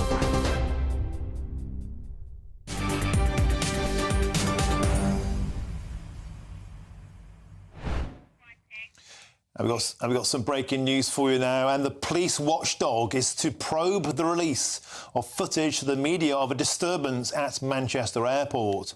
And this comes after a mobile phone video clip of an officer kicking and appearing to stamp on the head of Fahir Ahmad went viral on social media as he and his brother, Mohammed Ahmad, were restrained by police officers. Now, further footage, if you recall, obtained by the Manchester Evening News emerged days later, which showed the immediate lead-up to the incident back on July the 23rd. Including when two female police officers were hit to the ground before Mr. Ahmad was incapacitated with a taser. So just to repeat that breaking news, the police watchdog is to probe the release of that footage. You recall the footage from that violent incident at Manchester Airport where 4 officers were injured. The police watchdog is to probe the release of that footage to the media of that disturbance at Manchester Airport. And that's that mobile phone clip of an officer, you recall, kicking and appearing to stamp on the head of Fahir Ahmad. That went viral on social media as he and his brother Mohammed Ahmad were restrained by police officers. And the further footage, if you recall, that was obtained by the Manchester Evening News, that came out days later, which showed the immediate lead-up to that incident on July 23rd, including when 2 female police officers were hit to the ground before Mr. Ahmad was incapacitated with a taser. The police are probing how that footage was leaked to the media. It's a significant breaking news story there. Now, moving on, the Home Secretary Yvette Cooper is meeting with ministers and law enforcement officials today as she sets out Labour's plans to attempt to destroy criminal smuggling gangs. Now, this comes following the tragic incident in the English Channel this week as 12 died and many more are still in a critical condition. The Home Secretary says it's a moral imperative to take charge of the situation, but are they taking charge of it? Well, to discuss that, I'm now joined by our political correspondent, Olivia Utley. Olivia, welcome to the studio. It's a moral imperative to smash the gangs, but it seems the gangs simply aren't listening. Approaching 9,000 arrivals now since the Labour Party were elected, 22,000 this year. Many believe drastic action is needed. Is a meeting going to do that? Well, Yvette Cooper claims that the meeting today, which was between various British ministers, the National Crime Association and the CPS, among other sort of arm's-length bodies, she claims that that meeting today, they've made progress in the stopping of Albanian gangs, specifically speaking to the Albanian government about stopping those gangs at source. Now, this is something that Rishi Sunak tried last year, and in a way it did work. He made a deal with the Albanian government, and as a result there were 70% fewer migrants coming from Albania in 2023 than 2022. The problem was that there is basically an endless stream of people who want to come to this country from all over the world. So even though the number of Albanians was down by 70% in 2023, overall numbers were pretty much the same as the year before because there was a huge influx of Vietnamese migrants coming into the UK. And what that shows is just the scale of this problem. It's like a sort of Medusa's head. You solve one issue and another one just bubbles up in its place. Now, Rishi Sunak felt that the ultimate answer to this problem was the Rwanda scheme. He thought that was going to be the silver bullet, a deterrent to stop people wanting to come to Britain in the first place, deport them to a third country immediately. The logic went, and they just won't come over here. That plan never worked out. It was first mooted in 2022, June 2022, and by May 2024, when the election was called, not a single migrant had actually left for Rwanda. And so on day one of his government, Keir Starmer said that it was all a gimmick and that he was going to throw it out of the window. Now, given how ineffective the Rwanda plan was, you can sort of see Keir Starmer's logic for it. But there are Conservative MPs who are now saying, well, hang on a minute, did you throw the baby out with the bathwater here? At least it was a deterrent strategy. And without a deterrent strategy, you could, make the processes to send people back far more efficient. You can have all sorts of bilateral conversations with various countries and you can get that process much, much slicker. But the crux of the problem is still going to be there, which is that thousands and thousands of people want to come over here and you're spending a lot of resources on getting them back again. And that's assuming that you can keep up sending the amount of people back who are coming in, which at the moment we're certainly not doing. And that's a key point because Yvette Cooper has said that she hopes to deport 14,500 by the end of the year. The fact of the matter is 22,000 arrived already this year, and the year has still got a head of steam to go. September is often the biggest month for crossings, so even if the government's target is hit, it won't scratch the surface. Well, exactly, and that's the problem. And while the numbers are still going up, and obviously they show no signs of slowing down at all, then if you're deporting sort of 2/3 of the migrants who are coming here, and that, as you say, is the government's lofty goal, it's not at all clear that they're actually going to reach it. The backlog is just going to carry on increasing, and that is why there is an argument to have a deterrent effect in the first place, something which Germany is now considering. Olivia Utley, excellent as ever. Thank you very much for joining us on this Friday afternoon on the show. Now, moving on from Labour's plans to smash the gangs, as we were just discussing, Germany might have plans to revive the Rwanda plan. Well, this comes as a senior German migration figure has proposed using Britain's failed but funded Rwanda plan to deport migrants who arrive illegally in the European Union. You couldn't make it up, but joining me to discuss this now is the director of the Centre for Migration and Economic Prosperity, my good pal Stephen Wolfe. Stephen, a delight to see you. It's been too long.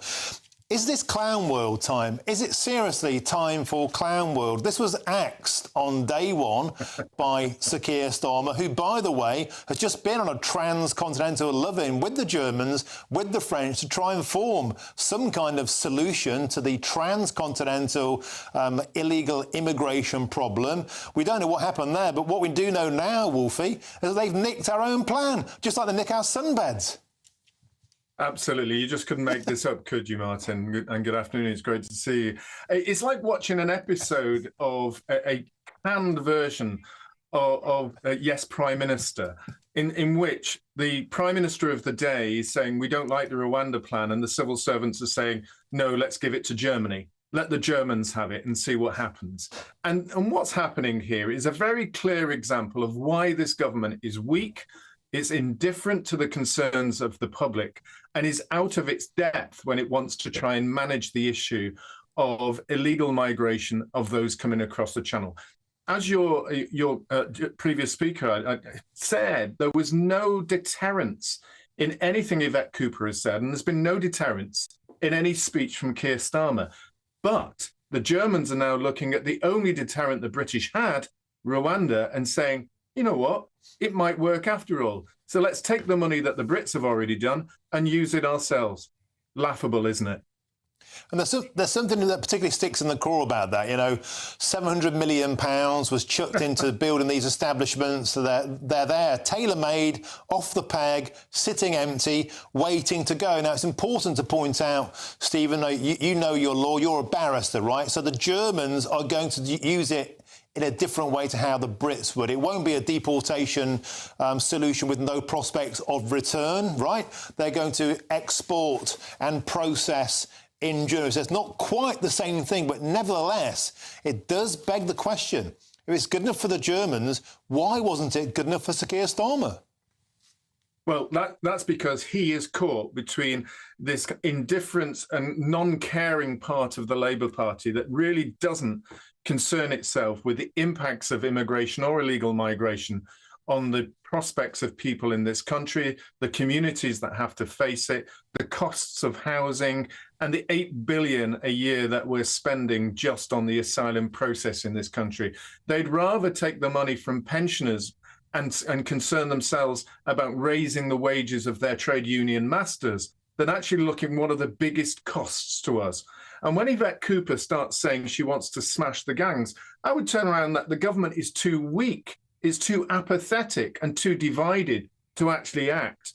I really would like to have been the fly on the wall in that meeting today to see if there's anything other than passing the paper around the table to see whose responsibility it would be. In a nutshell, Stephen Wolfe, Rishi Sunak couldn't stop the boats. Can the Labour Party smash the gangs? No. And I think anybody who thinks that they genuinely can would actually be one of the most supportive of the Labour Party. They would have been one of their cult members, cheering them on, even if they took away all the money from pensioners. I mean, that's the sort of person that would actually think that Yvette Cooper and Keir Starmer and David Lammy could achieve anything on stopping the gangs. Stephen Wolfe, it's always a delight to talk to you, the Director of the Centre for Migration and Economic Prosperity. Thank you very, very much. Have a fantastic Friday evening. Thank you. Now, lots more on that story at 5 o'clock, and there's plenty of coverage on our website, gbnews.com, and you've helped to make it the fastest growing national news website in the country. So thank you very much. Now, is sending prisoners to Estonia the ultimate example of this government being out of their depth on prisons? We'll be answering that question next. I'm Martin Daubney on GB News, Britain's news channel.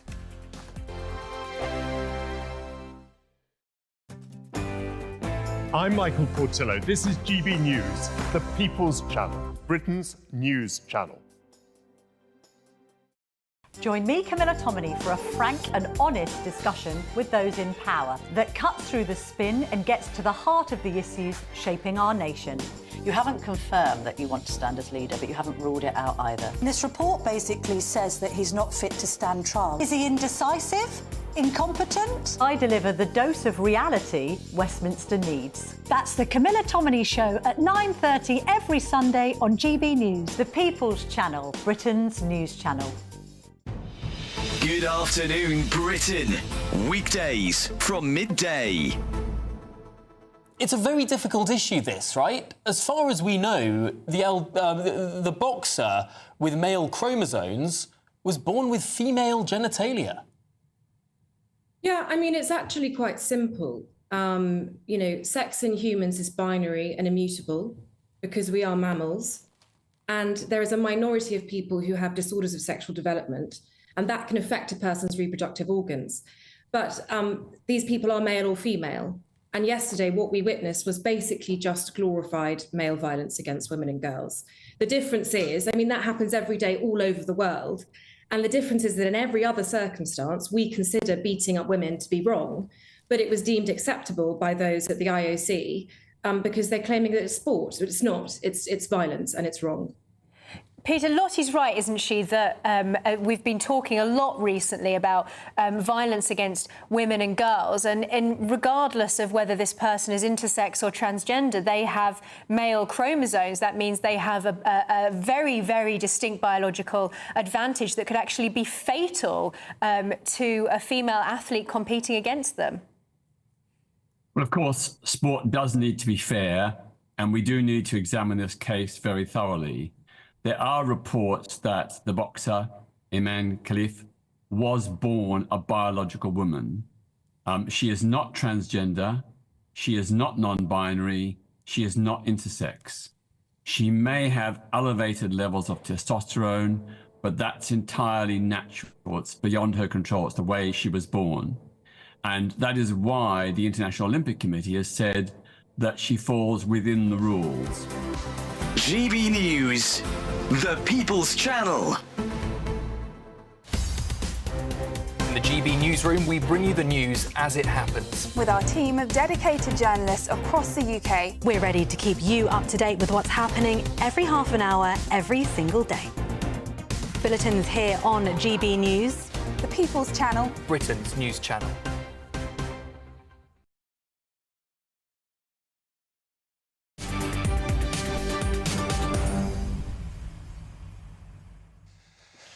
Welcome back. Your time is 4:21 on this Friday afternoon. I'm Martin Daubney on GB News. Now, ever struggled to point out Estonia on a world map? Well, new prisoners could soon be spending their sentences there.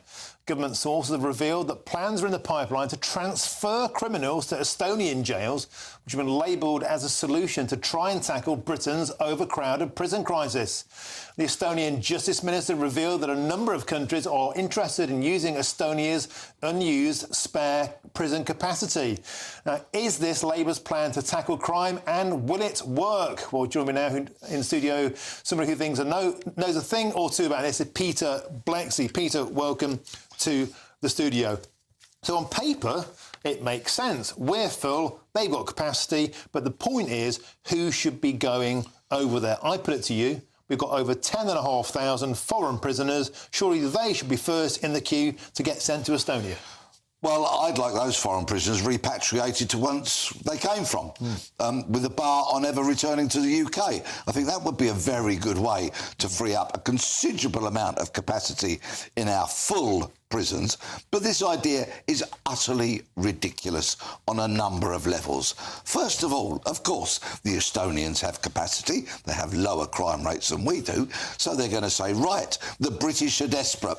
Charge them whatever we fancy. The bill would be astronomical, and that's just what the Estonians would charge us. Actually, transporting prisoners and deporting people is expensive. You need at least 2 prison guards to every prisoner. You've then got to get a flight, and you can only have a specific number of prisoners on any given flight. And when you count in things like those costs, the bill just goes up and up and up. And importantly, if they were British prisoners who were then going to come back to the UK at their end of term, what would seriously concern me is that this would be a great opportunity for them to carve new links with different criminals from different parts of the world, thereby making them even more efficient criminals when they got back to the UK. Because they were picking up all sorts of saucy habits in Estonian nicks. They'd be coming back with connections from the continent. They could be importing even more insidious methods of crime. When you talk about the cost, it's a great point. This could be like the Rwanda bill, but with bars on. It is. It's going, and should it come into being, I mean, and we know that ministers have been having conversations, but none have spoken publicly about it. It will be as damaging to this government as the Rwanda plan was to the previous government, without a doubt. And you mentioned about the problems of getting people on flights. What about the problems of getting the flights away? We've seen before when we've attempted to deport Jamaican criminals. In fact, on these foreign prisoner lists here, Peter Blexy, Jamaicans, there are 403 Jamaican nationals in British nicks. Top of the list, Albanians, come as no surprise to you, almost 1,500, 850 Polish, 758 Romanians.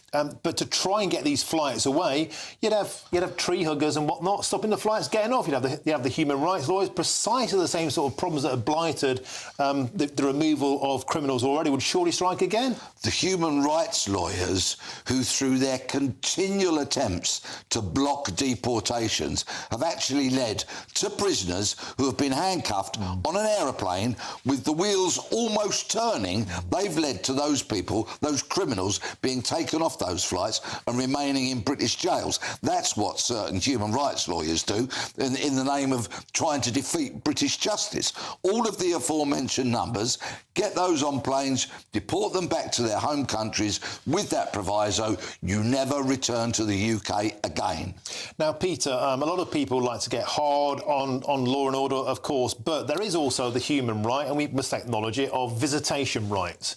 When you're within a prison, if you're a British prisoner, certainly, you would have built into your contract, your legal rights, visitation rights from your family. Would that be a problem? Another weak Achilles heel in this plan, which would prevent this ever happening? Because if you take somebody from Britain, whack them in Estonia where they have no family, no connections, no support network, and they suddenly, they start to impact on their mental health, they start to reoffend because they feel out of sorts, you create a whole fresh wave of problems. That's a very, very important point, because as much as I am in favour of long sentences for people who commit crime, because long sentences are a deterrent and people do learn when they spend a long time in jail. I've met a lot of people who have served 10, 20 years in prison, and they, when they come out, have an absolute intention to never go back inside because they've savoured prison for so long. But in order for people to be rehabilitated, of course, they need a community to come back into upon their release. And preferably they've got training so they get a job, they've got a supportive family that has stuck around, and that includes being visited by loved ones. These things are important. There is no point punishing people if there's no elements of rehabilitation.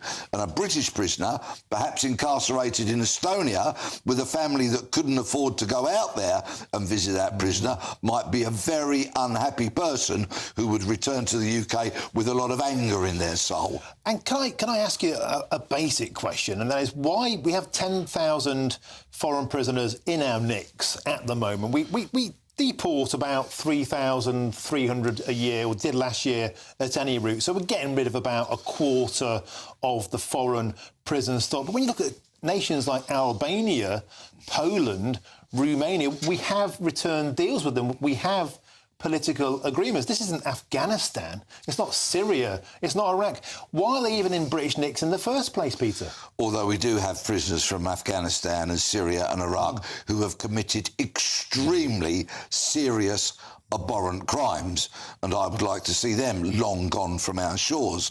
Quite frankly, if you take the life of an entirely innocent British person, then I think whatever comes to you when you get returned to your homeland, you have by and large brought upon yourself. That said, yes, with those other countries that you mentioned, there are political agreements, there is cooperation with us and these other nations. So why do we not get them out there? I think it's a lack of political will. I think there are failings within the prison service, the Home Office and beyond. And until we get a fully effective, functioning government that can protect its citizens of the UK, which is a government's primary job, then these kind of stories are going to keep surfacing. Peter Blexley, always an absolute delight to have you in the studio. Always great to get your opinions. Thank you very much, Peter Blexley. Legend. Thank you. Now, we've got a quick statement to read you out here, and that's from this. It says the Lord Chancellor has been clear that we have to bring in reforms to tackle the prison capacity crisis, and that's why, alongside our commitment to build more prisons, we will be publishing a 10-year strategy in the autumn to set out how we will ensure that we always have the places we need to keep dangerous offenders behind bars. And on those reports specifically, I would point out this was the policy of the former government, and that this government has made no such plans or announcements with regard to Estonia. So that is a key point. They're not even planning to do it. It was a Tory plan. Now, lots more still to come between now and 5 o'clock, including the notorious Conor McGregor is looking to face the biggest fight of his life outside of the octagon. Plus a roundup of politics across the pond as the race for the White House gathers pace. But first, it's time for your latest news headlines with Sophia Wensler.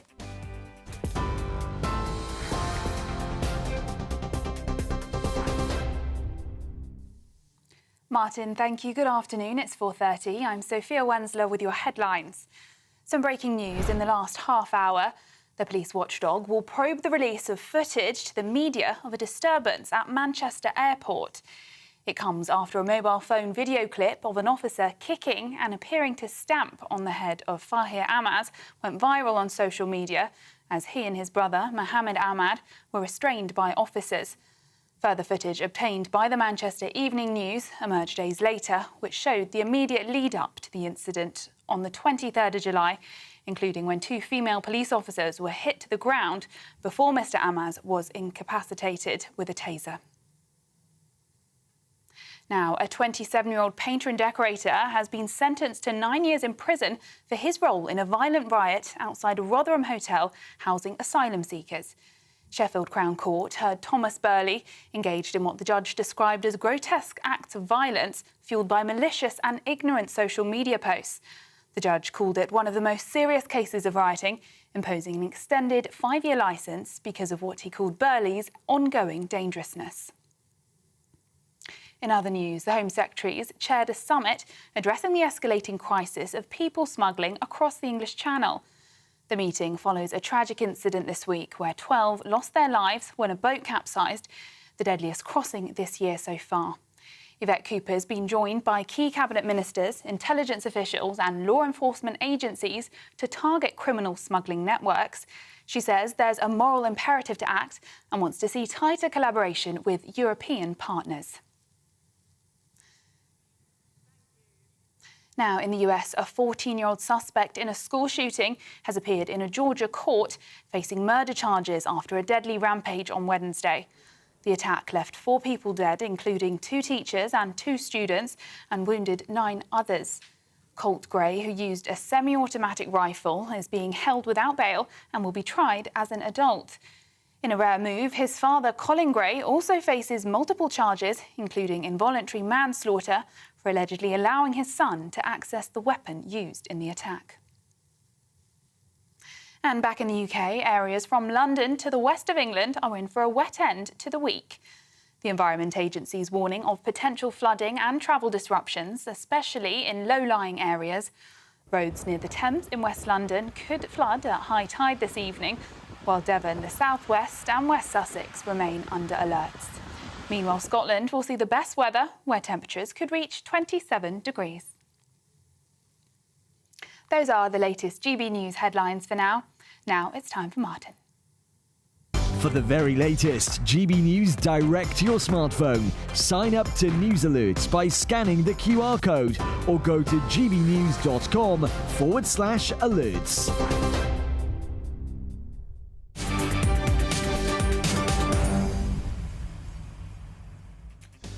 Thank you very much, Sophia. Now, if you want to get in touch with me, you know what to do. Go to gbnews.com/your say. I'll read your best comments out before the end of the show. Now, stick around. An astonishing story coming up. Conor McGregor, the notorious mixed martial arts fighter, well, he wants to stand as a president of Ireland. And before you laugh, he may have a good chance of just winning it. I'm Martin Daubney on GB News, Britain's news channel. Hello, good afternoon. Welcome to your latest GB News weather update. There's further heavy rain to come, particularly into the southwest through this evening. In the northwest, though, staying dry and warm through the next few days.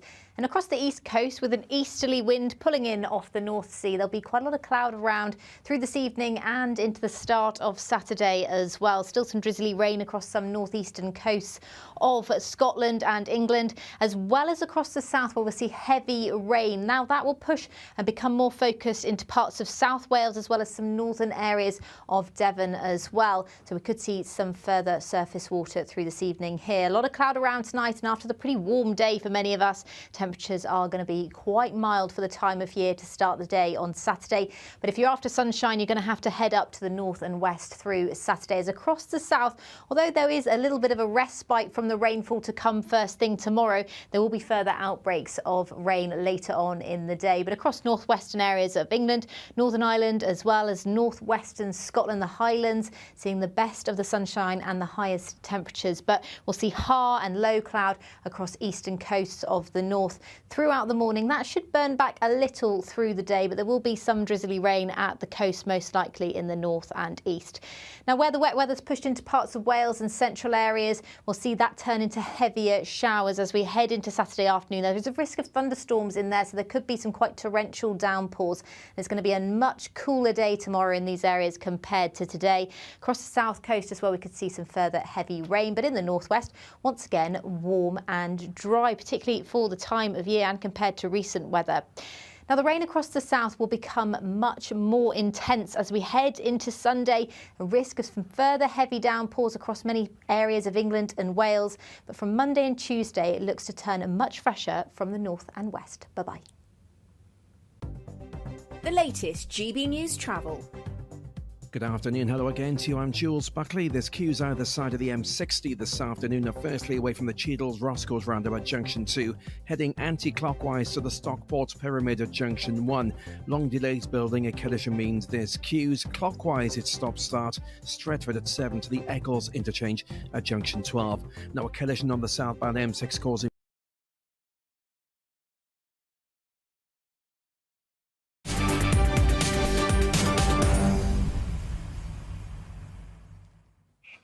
Welcome back, and let's cross live now to New York as Republican presidential candidate Donald Trump is holding a news conference. Let's listen in.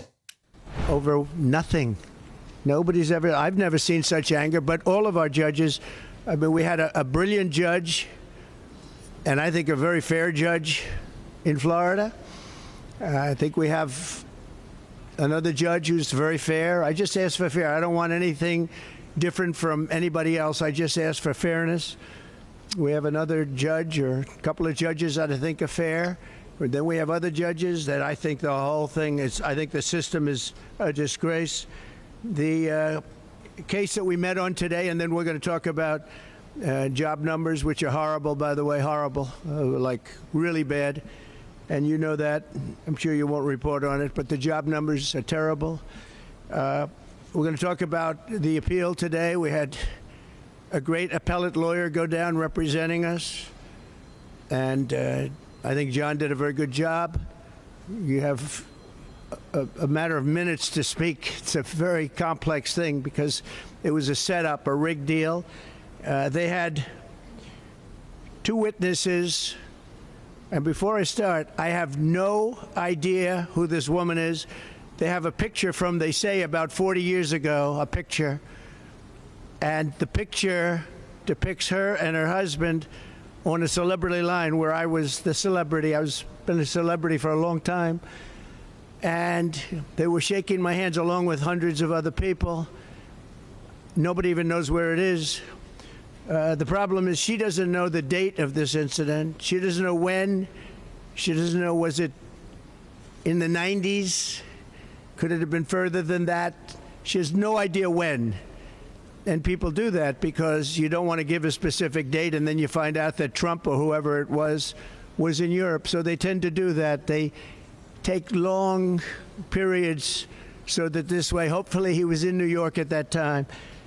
But this is a disgraceful case, and disgraceful in particular because it's about a former president of the United States who is now leading in the polls to be the president again. And this is being worked with the DOJ, Department of Justice, as are all of these cases. They all come out. Atlanta, Fani, that is all Department of Justice. Nobody knew that. The case with Judge Engoron, the most overturned judge in the state, that is very close because they sent their team from the DOJ to help him. The district attorney, Alvin Bragg, that was all worked with. Again, they sent a top operative from the department, from the DOJ Department of, I call it the Department of Injustice, because they're using the Department of Justice to rig the campaign. These cases are disgraceful. Now, they're brought, for the most part, in front of very hostile areas where Republicans get 3 or 4%, like downtown Manhattan, in front of very hostile judges, like hostile like you wouldn't believe. Judge Merchan, Judge Engoron, and Judge Kaplan, all of them hostile areas and very, very hostile judges. I've never seen anything like it. And very bad thing in this case, New York, very bad thing for New York. Businesses won't come to New York because of what took place with Judge Engoron, I can tell you that, and probably the rest of them also. But this case involved a woman who wrote a book, and I guess she said something in the book. That's when I first heard about it. I first heard about it in the White House. And of course, I denied the story because it's not true. I have no idea who the woman is, and I never met her. Now, I don't know about a picture that was taken 40 years ago with her husband on a celebrity line, so I don't think that counts. But as far as I know, I never met her. I never touched her. I would have had no interest in meeting her in any way, shape, or form.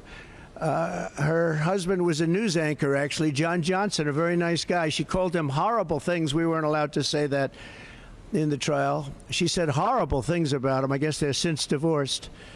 He's a very nice guy, African-American, and she said very bad things. We weren't allowed to use that in the trial, which surprised a lot of people. But she made up a story and fabricated 100% that I attacked her at Bergdorf Goodman.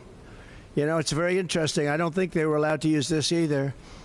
Her favorite show is Law and Order. And there's a almost exact story as her story in Law and Order about being attacked in the dressing room of a department store. I don't know if they used the name of the store. But that's her favorite show, Law and Order. She said that. And anyway, this evolved into a defamation case against me because I disputed her words because I told the truth. We were called. I was in the White House, and I said, no, it never happened. I didn't even know what they were talking about. This was, I think I was in the Oval Office.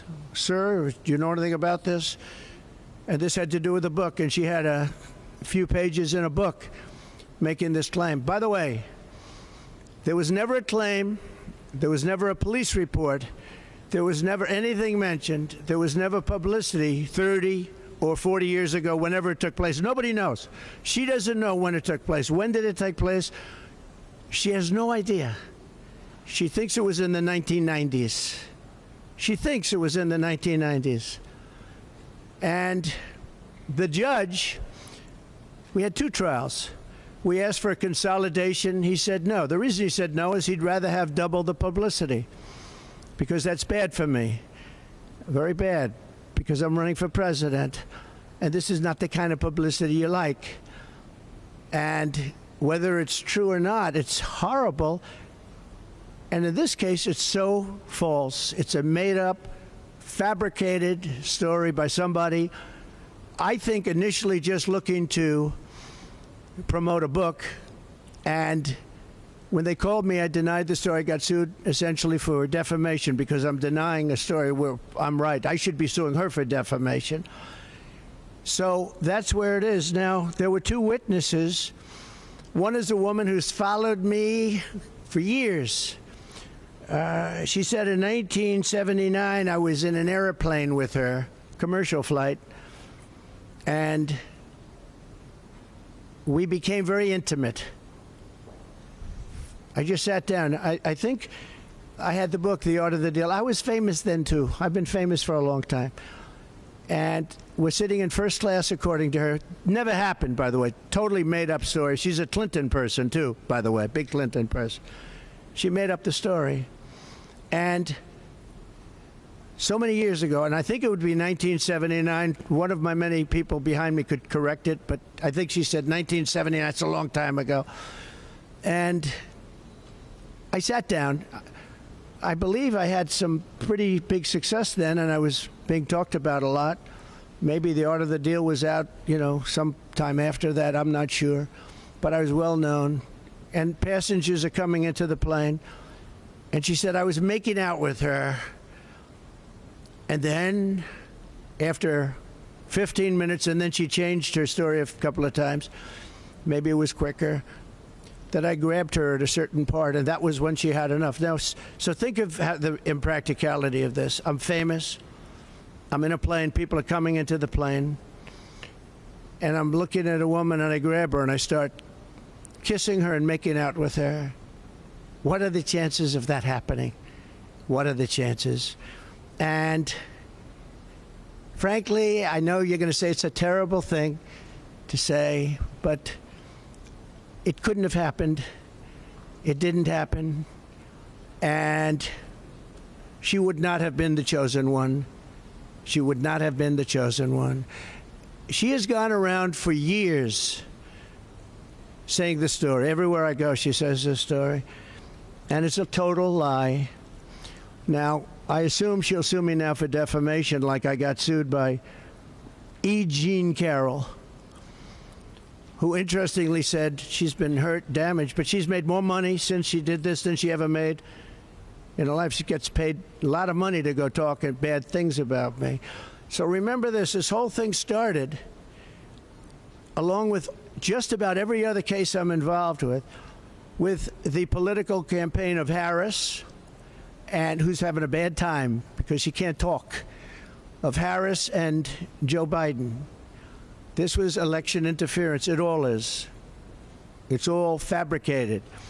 But fabricated in front of very friendly judges for them and in very friendly areas for them. If you get a jury, it's very hard to win in a jury where you have 3 or 4 or 5% Republican votes. Very, very tough, actually. 2 witnesses. One is named Jessica Leeds. So she was up again. She can't get rid of her. She was up. She said I was in an airplane doing that. A couple of things. You have an armrest in planes back in those days. Oh, by the way, she didn't know anything about the flight, where we were going. Where I was in very few flights. I was a New York guy building New York buildings. I was in very few airplanes, I will tell you, in those days. 1979, I think. It's a long time ago. But you had the armrest, and in the old days, they didn't move. Okay? But she said she then got out, and she went to the back of the plane, and that was the end of the story, I think. And this story has followed me for years. But just to finish with her, Jessica Leeds, no police reports, no witnesses, no corroboration of any kind. No criminal suggestions. No nothing. Then you have another one, and this one is a writer for People magazine, who I actually thought was very nice. She came to Mar-a-Lago, and she wrote the most beautiful story you've ever seen. It was a love story about Melania and myself, a love story in People magazine. And that was it. It was a cover, I think, but it was a beautiful story. Everybody would love to have that marriage. She said the nicest things about me, about Melania. You have the story. I mean, you can read the story. And her name was whoever. Let's see. Her name was who? Swornoff, yeah. I don't have it. Whatever her name was. I don't know the lady, so perhaps it's much better. Okay, that's Donald Trump there talking at Trump Tower about his latest sexual historical allegation case, this time with a Jessica Leeds. I'm joined in the studio by Greg Swenson, the chair of Republicans Overseas, just for a quick bit of analysis to what was happening there. Greg, always a delight to have you in the studio. So he started off by blasting at the judge in this case, and his first retort before going into the details of Jessica Leeds by saying once again, I just want fairness. The whole system is a disgrace. He said they're using the Department of Justice to rig the campaign. These cases are held in hostile areas. So his first point, one we've heard quite a lot, is that these cases are simply being weaponised to try and damage his chances in the presidential race, of course, on November the 5th. Well, there's no doubt about that. I mean, the Democrat machine has been doing this for over a year now. And, of course, they waited till Trump became the nominee. So these cases are meritless. And if it wasn't Donald Trump, they never would have been these cases never would have proceeded, against anyone else. So it's quite obvious that the weaponization of the justice system continues. And, it just proves once again that the party will do anything to win. They tried to keep him off the ballot in several states. They wanted him as the candidate because he was perceived at the time as the only one who could lose to Biden. Turns out that even Trump couldn't lose to Biden. But, this is, and they won't stop. They won't stop till they could, keep him out of office by any means necessary. That's their way of operating. And then Donald Trump started to go into, as his style, going into some of the detail of the incident. Bear in mind, this is his version of events. No doubt events will differ in the court. Jessica Leeds, he claimed it was a 40-year-old incident, right? Can you tell us about this incident? He went into a colourful tale of them meeting on an aeroplane and the allegations that she claimed that they were making out on this plane, and he basically said that that's a load of nonsense. He said this is a total fantasy. Right. I mean, look, it's going to be he said, she said. And this is just another typical example of the Democrats doing whatever, using whatever means possible to defeat Donald Trump rather than trying to beat him at the ballot box. And so, they dropped Joe Biden, kicked him to the side of the road in late July. They've elevated Kamala Harris, and they've re-imaged her. They've remarketed her. She never won a vote in a primary. She never ran in a primary. Even in 2020, when she was running for president, she dropped out before the primary started. She was polling under 2%. This is a flawed candidate, but the marketing machine, as well as the activist press, who are obviously behind the Democrats, have repackaged her. So, this is just another example in a long list of ways to defeat President Trump away from the ballot box. Yeah, and he went into some colourful exploratory language. He said she made out I grabbed her. I'm famous. I'm on a plane. I start kissing and making out with her. What are the chances of that? That wouldn't have happened. He then said her favourite show is Law and Order, it turns out. And her story sounds like it's straight out of an episode of Law and Order.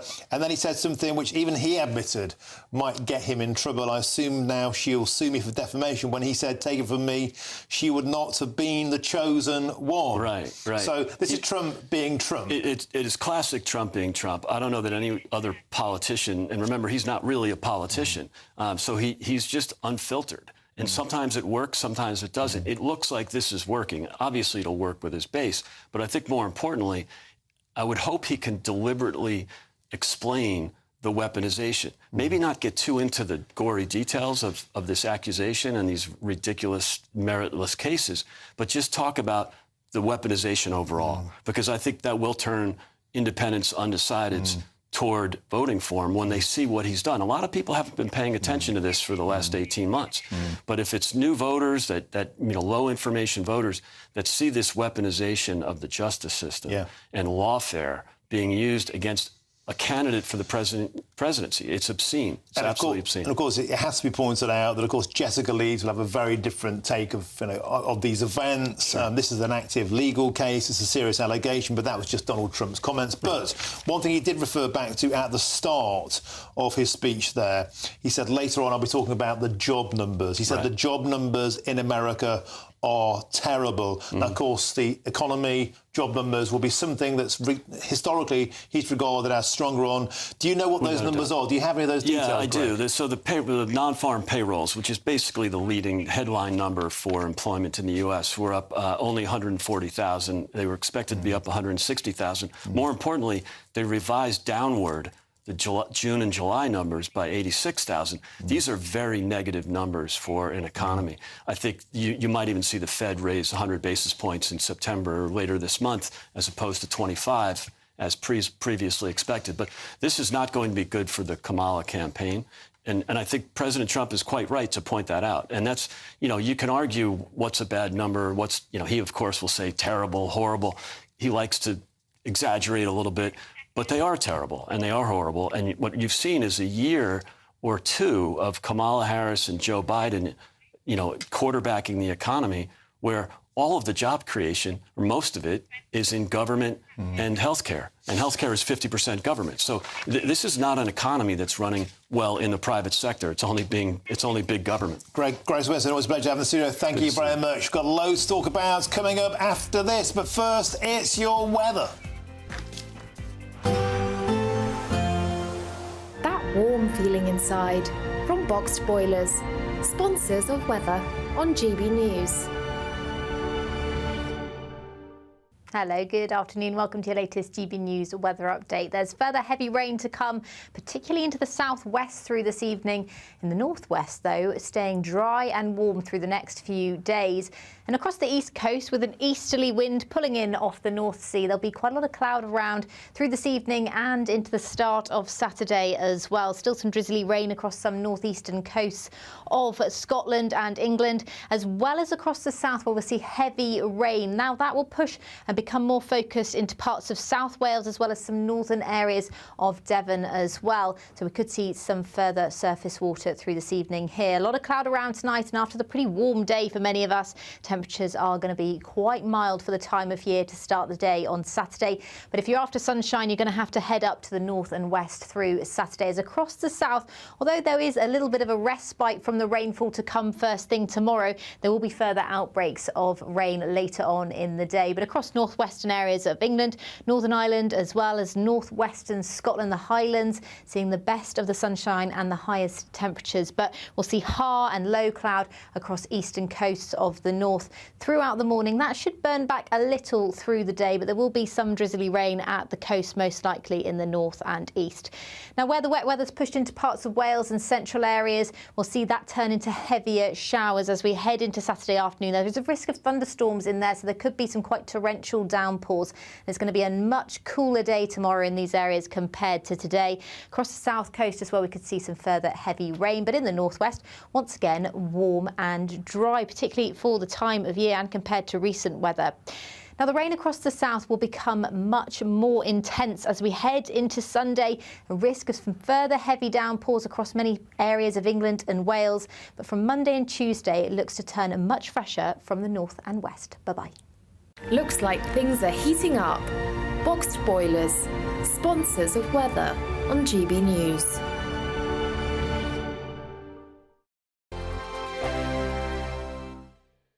This is your luck. Tune in to Friday Night Live with me, Mark Dolan. GB News royalty with your perfect start to the weekend. Lucky us. Feisty and fearless guests. Well, I'm a normal person, so ask me. Honest opinions that raises more questions than a Gary Barlow tax return. And a few surprises along the way. Might be cold in this studio. That is Friday Night Live with me, Mark Dolan. 8 to 9, only on GB News, the People's Channel, Britain's news channel. Are the newspapers getting you down? My wife didn't divorce me that month. Struggling to separate the wheat from the chaff? I know that it's a bit of a circus at the best of times.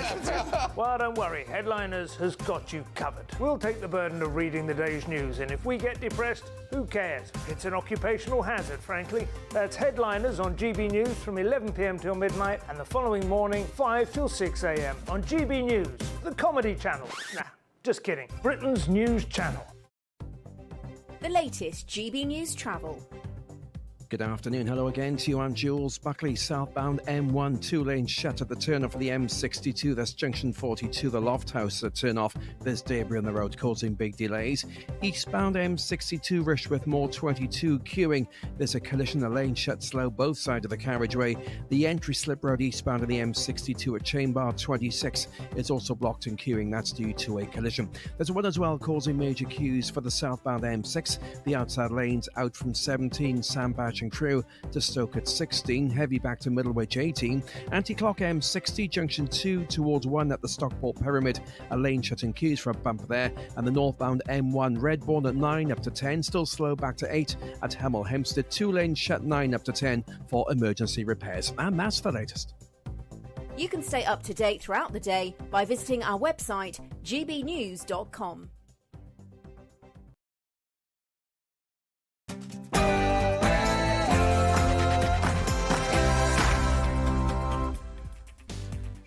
A very good afternoon to you and a happy Friday. It's 5 p.m. Welcome to the Martin Daubney Show on GB News, and we're broadcasting, of course, live from the heart of Westminster all across the UK. On today's show, after another tragic week when 12 illegal immigrants perished in the Channel, today the Home Secretary called an emergency cabinet meeting at the National Crime Agency. Yvette Cooper claims she can smash the gangs, but with almost 9,000 illegal immigrants arriving since the Labour Party got into power just 2 months ago, it seems the gangs aren't listening. Next up, Keir Starmer scrapped the Rwanda plan on day one of his government. But now, hotels paid for by British taxpayers have been snapped up by the Germans. They plan to use Rwanda to process their own illegal immigrants. Has Britain become an international laughingstock? And with just 83 spaces left in Britain's packed prisons, the government is considering exporting cons to Estonia's empty jails. There are over 10,000 foreign inmates in our NICs. And wouldn't that be the best place to start? And Conor McGregor has outlined his plans to run for the Irish presidency. But is he the only logical choice? He thinks he can land a big glove on the chin of the political establishment. And that's all coming up in your next hour.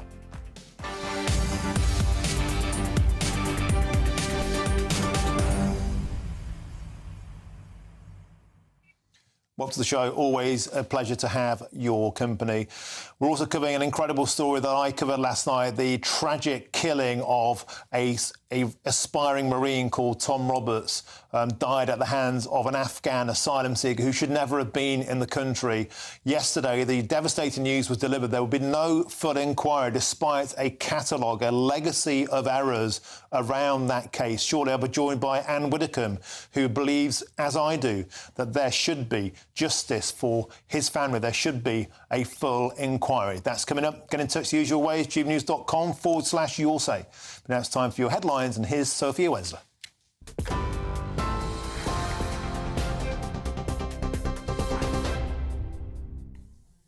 Martin, thank you. Good afternoon. Your headlines at 5 o'clock. A 27-year-old painter and decorator has been sentenced to 9 years in prison for his role in a violent riot outside a Rotherham hotel housing asylum seekers. Sheffield Crown Court heard Thomas Burley engaged in what the judge described as grotesque acts of violence fuelled by malicious and ignorant social media posts. The judge called it one of the most serious cases of rioting, imposing an extended 5-year licence because of what he called Burley's ongoing dangerousness. The police watchdog will probe the release of footage to the media of a disturbance at Manchester Airport. It comes after a mobile phone video clip of an officer kicking and appearing to stamp on the head of Fahir Ahmad went viral on social media as he and his brother, Mohammed Ahmad, were restrained by officers. Further footage obtained by the Manchester Evening News emerged days later, which showed the immediate lead-up to the incident on July the 23rd, including when 2 female police officers were hit to the ground before Mr Ahmad was incapacitated with a taser. In other news, the Home Secretary has chaired a summit addressing the escalating crisis of people smuggling across the English Channel. The meeting followed a tragic incident this week where 12 lost their lives when a boat capsized, the deadliest crossing this year so far. Yvette Cooper's been joined by key cabinet ministers, intelligence officials and law enforcement agencies to target criminal smuggling networks. She says there's a moral imperative to act and wants to see tighter collaboration with European partners. We're determined to go after the criminal gangs. They should not be able to get away with making profit in this way. And we need to build on some of the progress that's been made, increasing the work with our European partners as we've been doing in recent weeks. And even in the last few weeks, we've seen work with Bulgaria to stop some of the boats and engines that were destined for the Channel. But we want to go much further, and that's why we have this operational summit today. And that's why we see this as such important work. Meanwhile, Germany is considering using British-funded facilities in Rwanda to deport migrants entering the European Union. It comes as Berlin faces mounting pressure to curb illegal migration following last month's ISIS-linked stabbing at a festival. German officials think the EU should repurpose the asylum facilities Britain set up, which were recently scrapped by Sir Keir Starmer's government. Our political correspondent Olivia Utley has more. There will be those who argue, and in fact Conservative MPs are already arguing, that if the Rwanda policy is good enough for Germany, if Germany believes it will act as a sufficient deterrent to stop illegal immigrants coming over to Germany, then why did Keir Starmer choose to throw out that policy on his first day in office and replace it with this rather nebulous plan to smash the gangs? Now, the government says it has no plans to send prisoners to Estonia, addressing rumours on policies to ease overcrowded jails. It comes as the UK prison population hit a record high this morning, now reaching 88,521 inmates, 171 more than last week's peak. Downing Street insists that building more prisons remains a key priority, and a 10-year strategy will be published this autumn to ensure enough space for dangerous offenders. Now, in the US, a 14-year-old suspect in a school shooting has appeared in a Georgia court facing murder charges after a deadly rampage on Wednesday. The attack left 4 people dead, including 2 teachers and 2 students, and wounded 9 others. Colt Gray, who used a semi-automatic rifle, is being held without bail and will be tried as an adult. In a rare move, his father, Colin Gray, also faces multiple charges, including involuntary manslaughter, for allegedly allowing his son to access the weapon used in the attack.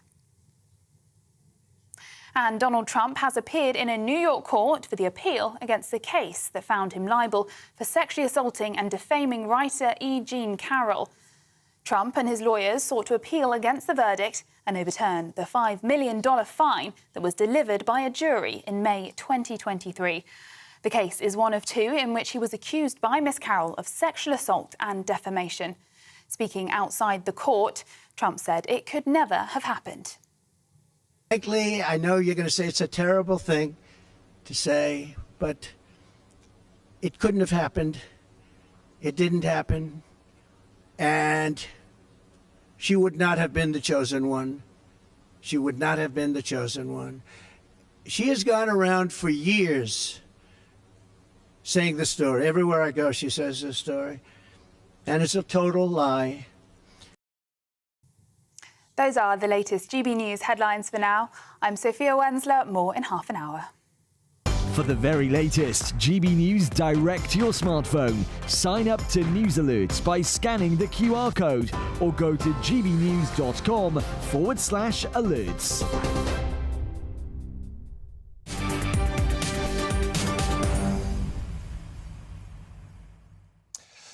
Thank you, Sophia. Now, the Home Secretary, Yvette Cooper, met with ministers and law enforcement officials early today as she set out Labour's plans to attempt to destroy the criminal smuggling gangs. Now, this comes, of course, following the tragic incident in the English Channel this week as 12 died and many more are still in a critical condition. The Home Secretary says it's a moral imperative to take charge of this situation. And to go over that now, I'm joined in our studio by our political correspondent, Olivia Utley. Olivia Utley, a moral imperative to smash the gangs. The trouble is the gangs aren't listening. Almost 9,000 have arrived since the Labour Party got into power, 22,000 since the start of the year. Yvette Cooper hopes to deport 14,500 by the end of the year. At that rate, Olivia, it's a tide that can never ever be stopped or addressed. Well, this is the problem for the current Labour government and, of course, for the Conservative government that went before it. Labour's plan is to try and speed up the process for sending migrants back over to their home countries, and that is a laudable aim. Of course, it is terrible that we have this enormous backlog, that it's taking, on average, over 400 days for a migrant's asylum claim to be processed. But it's only half the problem. Even if the Home Secretary manages to achieve her goal of sending back 14,500 migrants by the end of this year, well, 22,000 have already arrived this year and we're only in September. So even if she managed to do that, there would still be a lot of people coming over here who we weren't able to send back, which is why, of course, the Conservative government that went before this came up with the idea of the Rwanda scheme. Now, the idea behind the Rwanda scheme was that if illegal migrants were immediately deported indefinitely to Rwanda as soon as they arrive on British shores, then there will be a disincentive for them to come here in the first place. And, you know, you would hope that the tide begins to dry up. The problem was, of course, the Rwanda policy never got off the ground. It was first mooted in June 2022. By May 2024, not a single migrant has left for Rwanda. So Keir Starmer, rightly or wrongly, decided on his first day in office to just throw that plan out altogether. Now, lots of Conservative MPs are saying, hang on a minute, did he throw out the baby with the bathwater here? Because, yes, it wasn't working. Yes, there were lots of points where it needed finessing, to put it very mildly, but it was a deterrent strategy of a kind. And currently, that's something Labour doesn't really have. And it makes you wonder, you know, Rishi Sunak couldn't stop the boats. Perhaps the Labour Party are realising perhaps they can't smash the gangs. Olivia Utley, superb as ever. Thank you very much for joining us in the studio. Now, moving on, Reform UK has called for a full inquest into the murder of aspiring Royal Marine Tom Roberts. Now, Tom was tragically murdered by an Afghan asylum seeker who arrived in the UK posing as a child. Well, last night I covered for Patrick Christie's, and this was my take on this truly tragic incident. 2022, Afghan asylum seeker Lawangin Abdul Rahimzai murdered Tom Roberts, 21, an aspiring Marine, after plunging a knife twice into his chest over a squabble over an e-scooter in Bournemouth. Now, that's bad enough. But Abdul Rahimzai, who was jailed last year for 29 years, was a wanted killer who should never even have been in Britain in the first place. He entered the UK illegally on Boxing Day 2019, having stowed away in a vehicle. He was 19, but he lied to Border Force that he was 40, and he also lied he was fleeing the Taliban. No checks were ever carried out. His fingerprints were taken, yet astonishingly, they were not shared with Interpol until after Roberts' death. Now, if that had happened, it would have revealed that Abdul Rahimzai was a convicted drug dealer who had also murdered 2 other asylum seekers in Serbia in 2018. He mowed them down with an AK-47. Now, checks would have proved a previous claim for asylum in Norway had also been rejected. At Abdul Rahimzai's trial in 2022, it emerged his foster carer who has reported him to social services for carrying knives. She hid all the knives in the house. He was also expelled from a school in Bournemouth for carrying a knife inside the school. it emerged the Home Office knew he was a terror threat. He'd been flagged to prevent in 2021, a full year before he killed Tom. Now, Roberts' family, his mum Dolores Wallace-Roberts and stepdad Peter Wallace, had previously accused Border Force and Home Office of systemic failures. They pinned their hopes on a full inquiry. Well, it's an astonishing story, one that I found truly moving, infuriating and heartbreaking in equal measures, and it's astonishing that there's no full inquiry into that case. And somebody who agrees with that is joining me now. It's Reform UK spokesperson Anne Widdecombe. Anne, welcome to the show. It's just a staggering case, a litany of failures by both Border Force and the Home Office, and the crushing blow to the family, as you will well know, is that the senior coroner for Dorset, Rachel Griffin, admitted that there had been individual errors in this case, but they do not amount to a systemic failure, ruling no inquiry was necessary. Anne Widdecombe, what's your take on that? Well, my take and the stand of Reform UK is that there should indeed be an inquiry, because this is not even just about the sheer horror that is confronting an individual family, dreadful though that is. There is an enormous national interest in the various issues that have been raised. Now, sadly, it comes as no surprise to me to know that this man was allowed to pose as a 14-year-old, because that has been going on for years, and Border Force take the line that they have to verify the claim. They can't just turn them away at reports. And I tell you this, I mean, I was an MP for Kent, and therefore, you know, a lot of the immigration was coming in through Dover. And the late Sandy Bruce Lockhart, who was then the chairman of Kent County Council, had been down to observe the operation. This is in the 1990s, for heaven's sake. And he said that two people who got through by claiming to be children, he was actually watching it, were quite visibly pensioners or approaching that.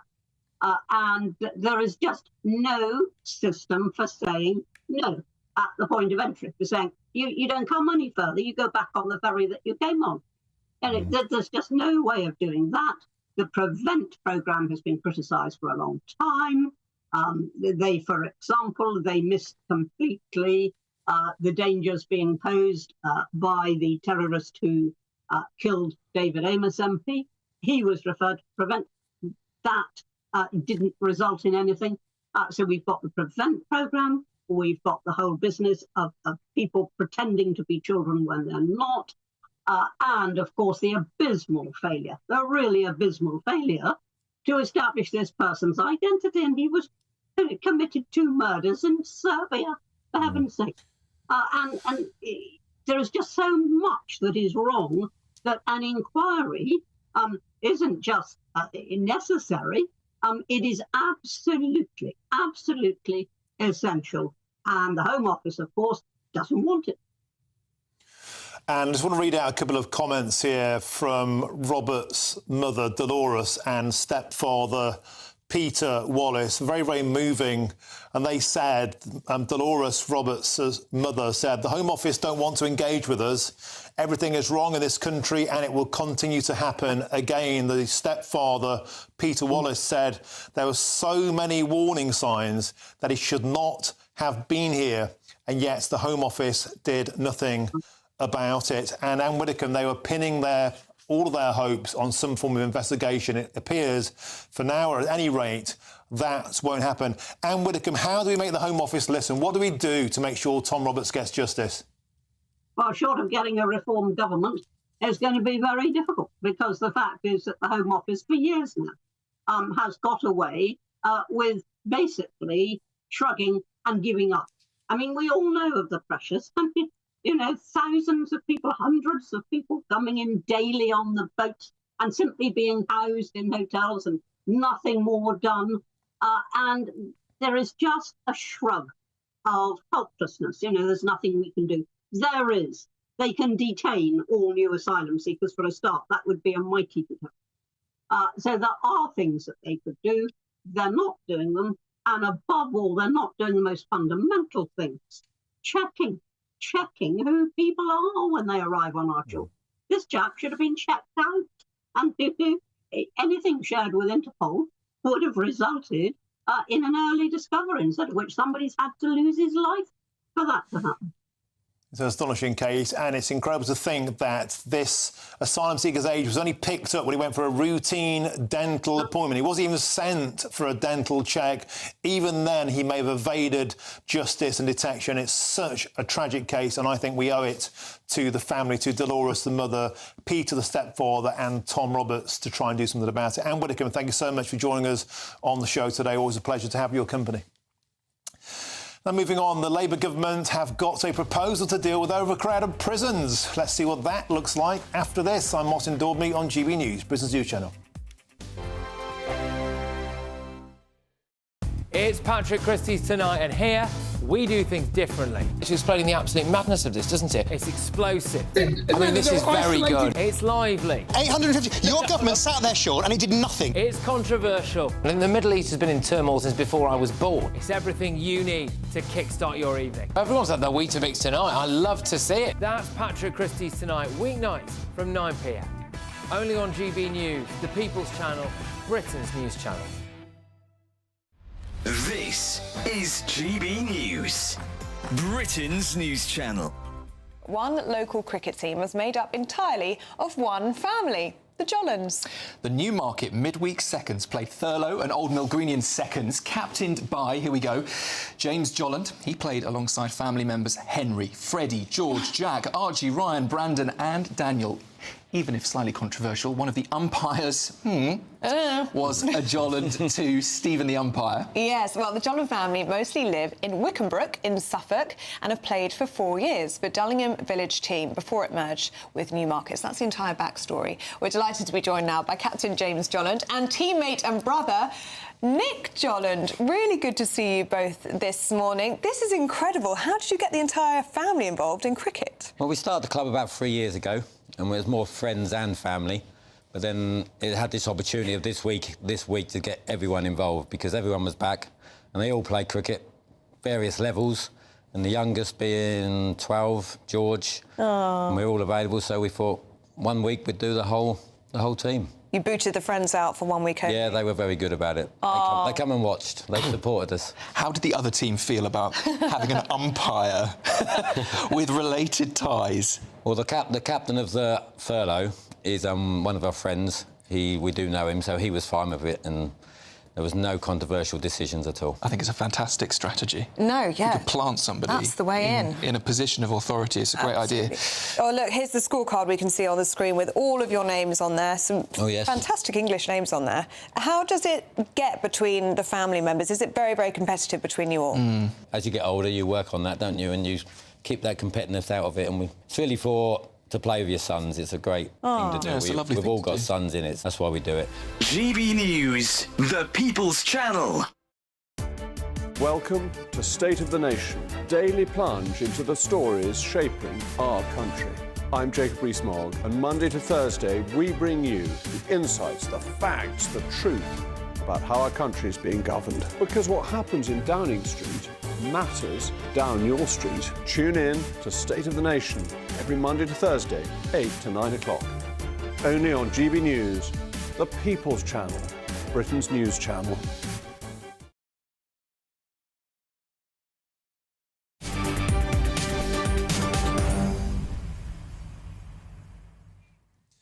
Welcome back. It's 5:21 on your Friday afternoon. I'm Martin Daubney on GB News. Now, have you ever struggled to point out Estonia on a world map? Well, prisoners could soon be spending their sentences there from Britain.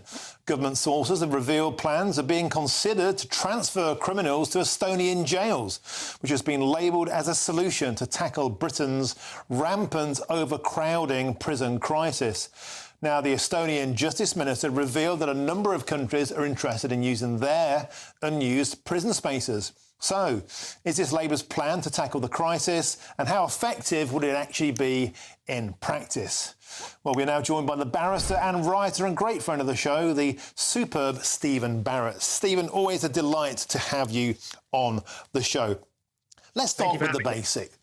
Always a pleasure. Let's start with the basics. So, Can this ever work? We've seen with Rwanda, not a single person was ever able to be flown out there because of all sorts of human rights issues, the ECHR. What chance a British inmate, let alone a foreign national, being sent to Estonia? Before we ascertain whether it's a good idea or not, is it practicable? That is the most important point, and that's where I will focus, and I think all of us should really focus, because this government has inherited exactly the same legal system as the last government. Now, legal systems must be consistent, rules must be applied consistently, so the takeaway from that is that I don't see this Estonia plan working. I didn't see, and that's, I don't take no side against British governments. I told the last one that their Rwanda scheme would not work because they had not fixed the wiring. And I will tell this one that this Estonia scheme will not work because they have not fixed the wiring. Now, that comes with a very important caveat, Martin, because it is absolutely vital that the human rights lawyers do not stay silent, that the ECHR does not simply, turn into tumbleweed. We cannot have a system where laws only apply to one type of government and not to the other type of government. That is a rule of law crisis. So if almost in a way, if this government got people to Estonia, that would be a far bigger problem than actually people being in Estonia. I hope that makes sense. It does. And it brings me to my next question. We have 10,321 at the moment foreign prisoners in British jails. Now, a lot of these countries we already have returns deals with, or so we thought, yet still we have almost 1,500 Albanians in British NICs, 856 Polish, over 750 Romanians, 400 Lithuanians, 400 Jamaicans, 199 Nigerians, 300 Somalians. You get the picture. We already have a lot of people in our jails, which perhaps you could argue they should be back in their own jails. So before we even get to Estonia, why can't we get those people back to their countries? That's 10,000 places we could free up straight away, Stephen. It absolutely is. And it goes back to a central problem that I like to highlight. And when I first started speaking in public, I'd often get a little criticism saying, oh, you're not this X type of lawyer. You're not X type of, you don't do this little silo of practice. What's been going on for your listeners and viewers to understand is that in the last 30 years, we have produced masses of new laws, endless reams of law that all it's done is too much for any one person to understand. I mean, even I don't pretend to try and understand all of it, although in order to understand constitutional law, I try my best, because I think you must have a greater oversight of the entire system. The system is so fat with words, so big with law, that it's breaking in the same way, but in these different little silos. So what you talked about there was the problem with extradition. So extradition law isn't functioning. We know that because there are 10,000 foreign prisoners who aren't being extradited. Planning law is also broken. We know that because we're not building any prisons, and we're told it costs a monstrous amount of money, a truly ridiculous amount of money. Martin, I'm reminded that there's a bit in I, Claudius where they try and pull the wool over the Emperor Claudius's eyes and tell him that the new harbour Ostia is going to cost vast amounts of money. And he just has a real go at them and says, well, look, I got out the report from my Uncle Julius, and then you told him it would cost, So we do have to look at these things, and it's law as a whole is breaking down. And if lawyers sit in little silos and just do their type of law, they're not going to notice. So, it's that one who stands out, who actually can tell you, I think the whole thing is in danger of collapse. OK, Stephen, that brings me on to the final chapter in today's farce, and that's Rwanda. How, in the name of all that's holy, can Rwanda be good enough for the Germans legally, but it wasn't good enough for Sir Keir Starmer, a lawyer, a top lawyer, legally? Explain to me how Germany can make that work, and yet we couldn't. Help me make sense of the madness. So we have built a far too complicated legal structure. And because we are good people who follow the rule of law, it constrains us. If it doesn't constrain this Starmer government, as I've said, that's a bigger problem. But it really ought to. And I want your viewers and listeners to think of a Gulliver in Lilliput. We are Gulliver, and we've used all these tiny little threads of laws to tie us down to the point where we can't stand up. Well, one day we are going to have to stand up. We're going to have to change all of these threads. And if the legal system's going to survive at all, then we're going to need to change all of this stuff. But the problem is it constrains us. Our cousins on the continent have a totally different relationship with it. As we saw with the French, they don't care. They do it anyway. And the Germans don't care. They're going to do it anyway. I mean, the Germans caused a massive bun fight with the EU when they said, actually, our law's more powerful than yours. No, we never do that. And I'm not calling for cultural change in the United Kingdom. We are a rule of law country. Of course we are, and we follow rules. But what that means, if you are a rule of law country, is that you must have a system that works, and we don't. And we're still making masses of law, reams of it, Martin. 40 new bills are proposed, and they'll be massive. There'll be endless words, hundreds of pages, hundreds of new crimes with no prisons to put anyone in for them. And Stephen, once again, at the moment, the bogeyman of the ECHR is being wheeled out as encore by the Conservative Party. Oh, we'll get out the ECHR. This will all change. Germany is in the ECHR. The French are. The Italians are. They seem to be able to send people to Albania. They can send people to Rwanda. The ECHR isn't the problem. You've been saying that since the beginning. It's growing a pair and actually applying our own law to get the job done, is it not? Well, I can't pick. All I can do is say that there are two solutions to the ECHR. One is that you leave it. The other is that you ignore it. But if you stay in it and you follow everything it does, you are trapped, and it runs your country and you don't. And that's just, I mean, people will say, oh, that's terribly politically controversial. Nonsense. That's not even a political position. I suppose there are three options. You can stay if you want to. If you want to leave, you can leave it. And if you want to stay in and have it work, you've got to ignore it, like the French and the Germans and the Italians and everyone else. But you can't have our special British way. And we did invent this. And I mean, maybe it is, I will express a political position. I'm quite proud of the rule of law. I like it. And I quite want a system that works. And if anybody wants my help, I can help them fix this system. It's going to be like open heart surgery on a legal system. You're going to have to delete vast amounts of stuff without causing societal collapse. It's going to be quite tricky. But, I would offer to help. I think others can help. But we are at the stage now where the legal system has simply trapped Gulliver, and we are lying on the shores of Lilliput, refusing to stand. Stephen Barrett, it is Friday. Let's bring it down to a little bit of a bet, and a little bit of a bet over a pint of beer. I used to bet anybody that came on the show a pint of beer. Nobody will end up going to Rwanda, at least against their own will. Do you think any British prisoner of any nationality will end up going to Estonia? A pint of beer? I think no chance at all. I'm not taking that bet. I don't think they'll go either.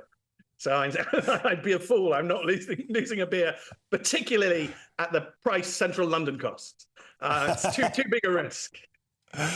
Stephen Barrett, always a delight to have you on. Thank you for your expertise and the great fun as well. Thank you very much, Stephen Barrett. Always a pleasure. Thank you very much. Now, lots more still to come to it now, 6 o'clock, including Conor McGregor is eyeing up, believe this or not, his next challenge, which will be taking place outside the Octagon. He fancies his chances as the President of Ireland. But first, here's your latest news headlines with Sophia Wensler.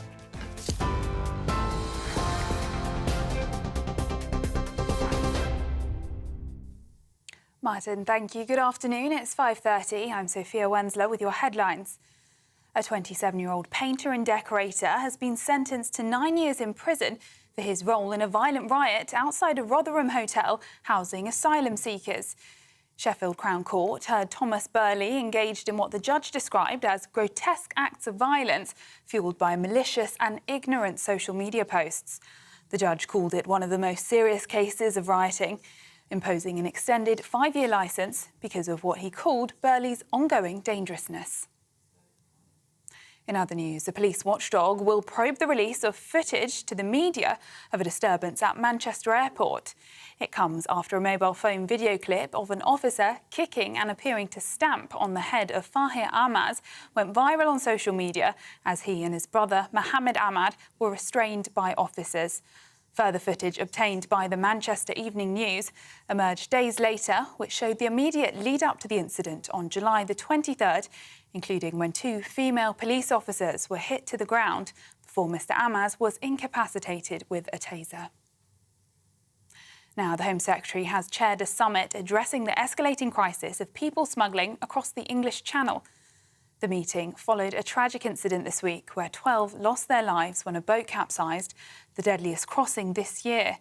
Yvette Cooper's been joined by key cabinet ministers, intelligence officials and law enforcement agencies to target criminal smuggling networks.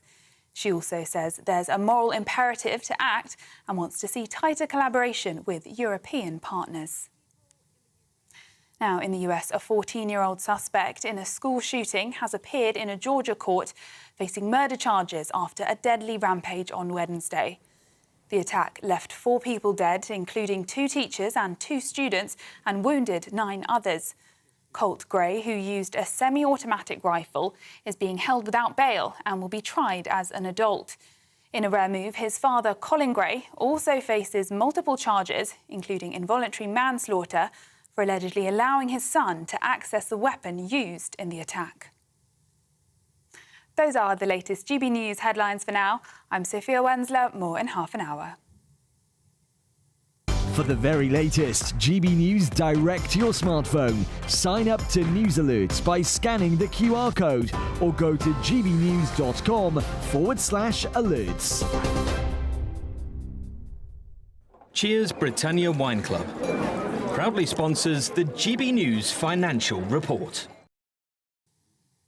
And here's a quick snapshot of today's markets. The pound will buy you $1.3121 and €1.1845. The price of gold is £1,902 and 44 pence per ounce.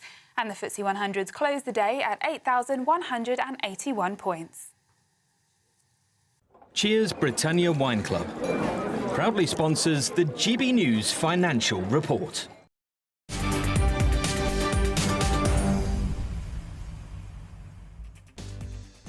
Thank you, Sophie. And if you want to get in touch with me at GB News, you know what to do. Just go to gbnews.com/you'll say, and I'll read out the best of your messages a little later in the show. I'm Martin Daubney on GB News. Don't go anywhere. Could Conor McGregor be the next president of Ireland? That's coming next.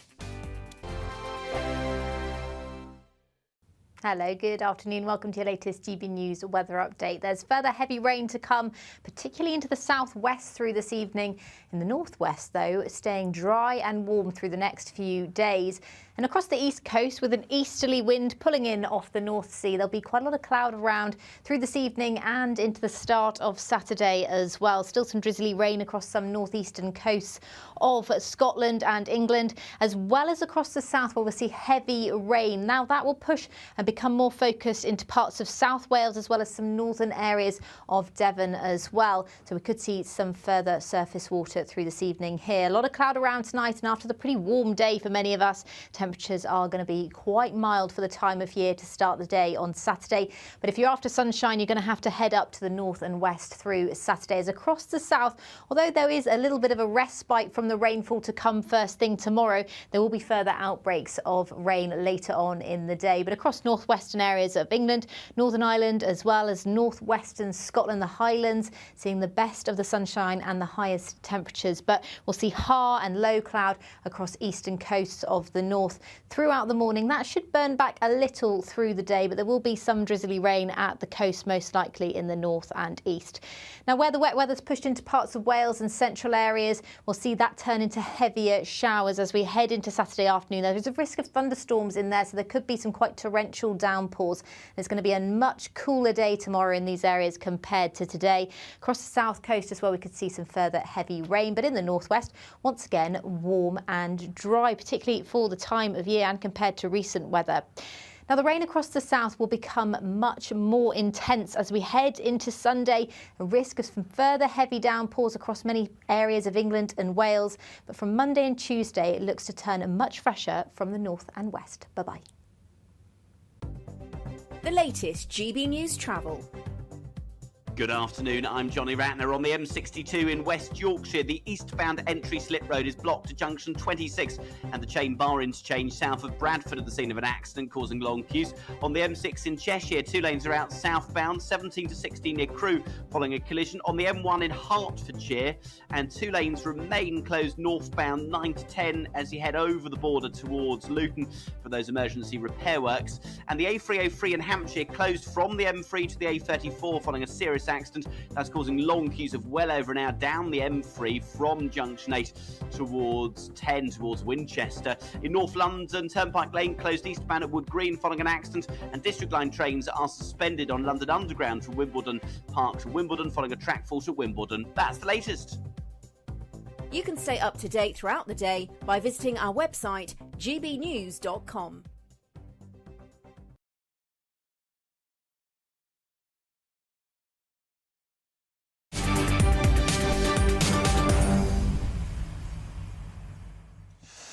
Welcome back. It's 5:37. We're on the final furlong. I'm Martin Daubney on GB News. Now, an astonishing story here. MMA fighter, mixed martial art fighter Conor McGregor has outlined his audacious plans to run for the Irish presidency.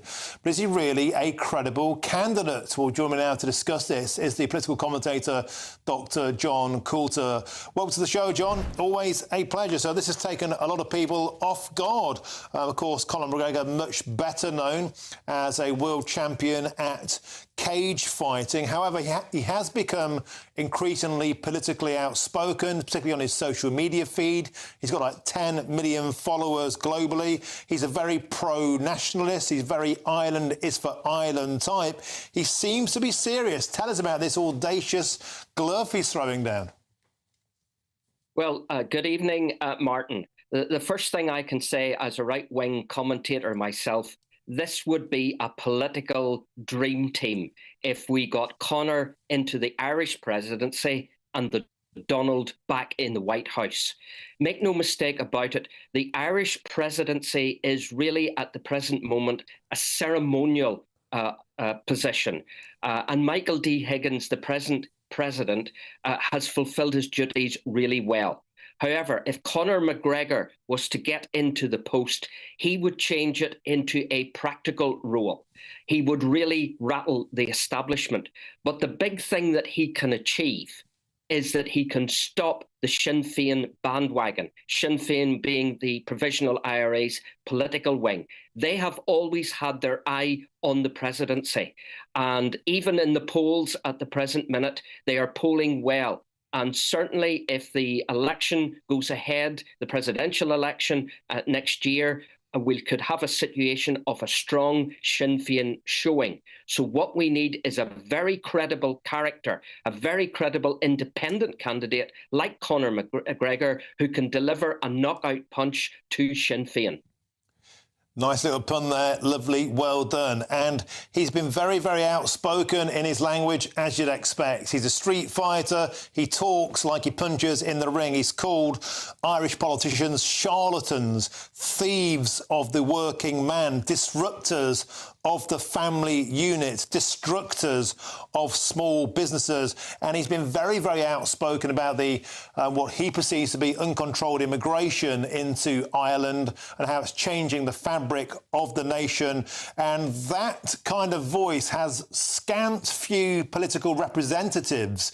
And we cover this topic a hell of a lot on GB News. A lot of working class Islanders particularly seem motivated by that kind of sentiment. They just don't have the outlet. It seems sensational, but Arnold Schwarzenegger became the governor of California. Ronald Reagan became the president of the USA. Could this incredible feat be pulled off?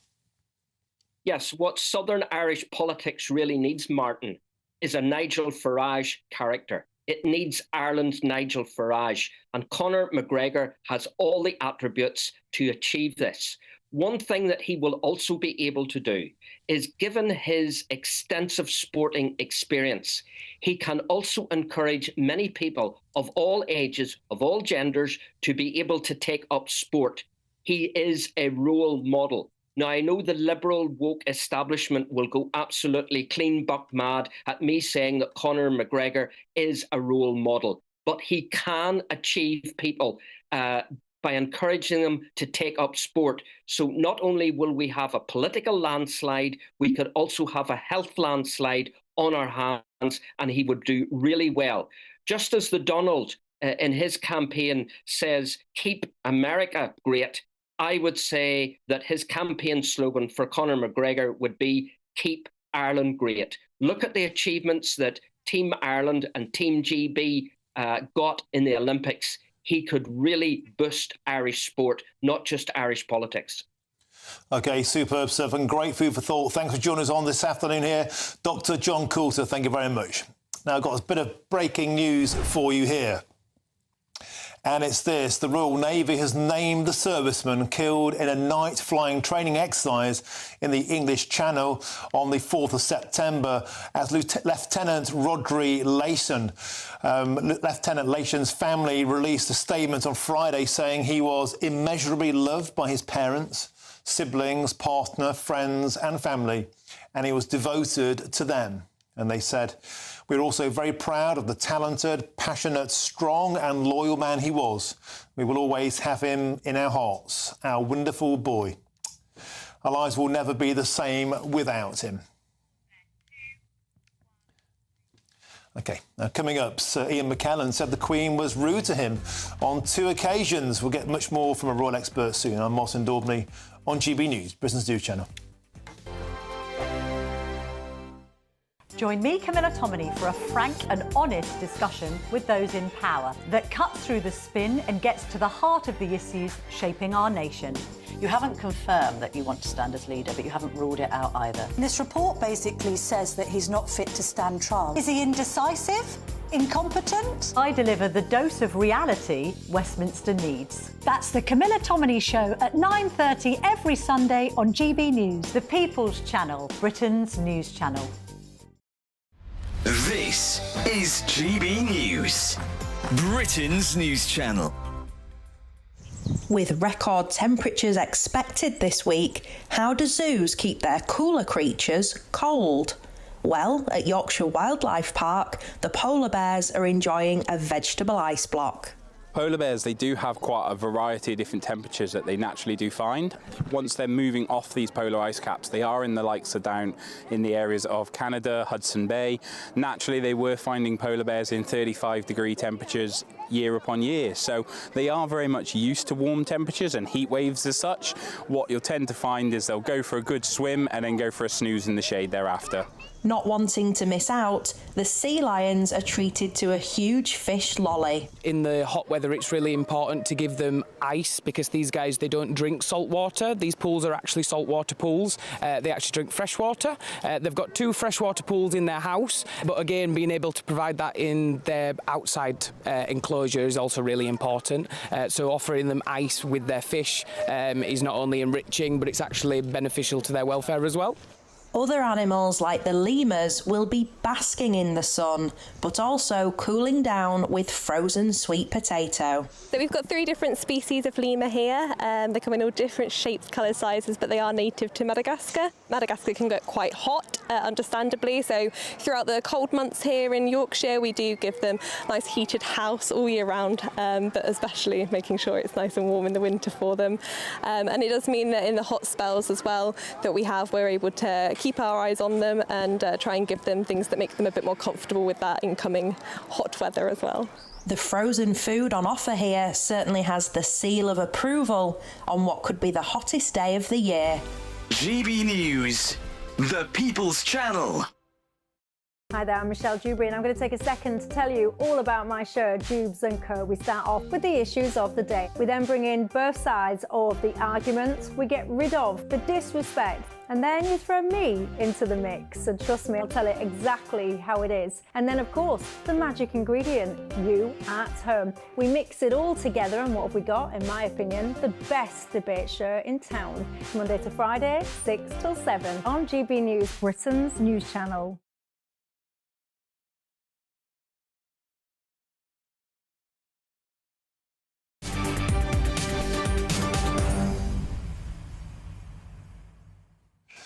Welcome back. It's 5:46. Welcome to the show. You're with me, Mine Daubney. We're on the final furlong. Now, hundreds of you have been getting in touch with your say throughout the show. Let's go through a few of those now. Patricia says this on the topic of Rwanda. Didn't the House of Lords say that Rwanda wasn't a safe country? So how come Germany are going to use our plan and deem that it is a safe country? You truly could not make this up. I think we are a laughingstock. Patricia, a lot of people totally agree. And I asked Stephen Barrett earlier, how in the name of God is Rwanda not safe for Sir Keir Starmer, but it is safe for Olaf Scholz, the German Chancellor, who, by the way, last week Sir Keir Starmer went to visit to try and do an illegal immigration deal. I don't know if they did do a deal, but now the German Chancellor has taken Rishi Sunak's deal. Simply astonishing. You just could not make the story up. I've got one more quick email to go through here. John says this, smash the gangs. Which gangs? No one has a clue who controls these gangs or who they are or what they do. Smash one gang and another one will simply spring up. So surely the only way to deter these migrants is to refuse all benefits and to help build the country with that money instead. John, common sense, it'll never catch on.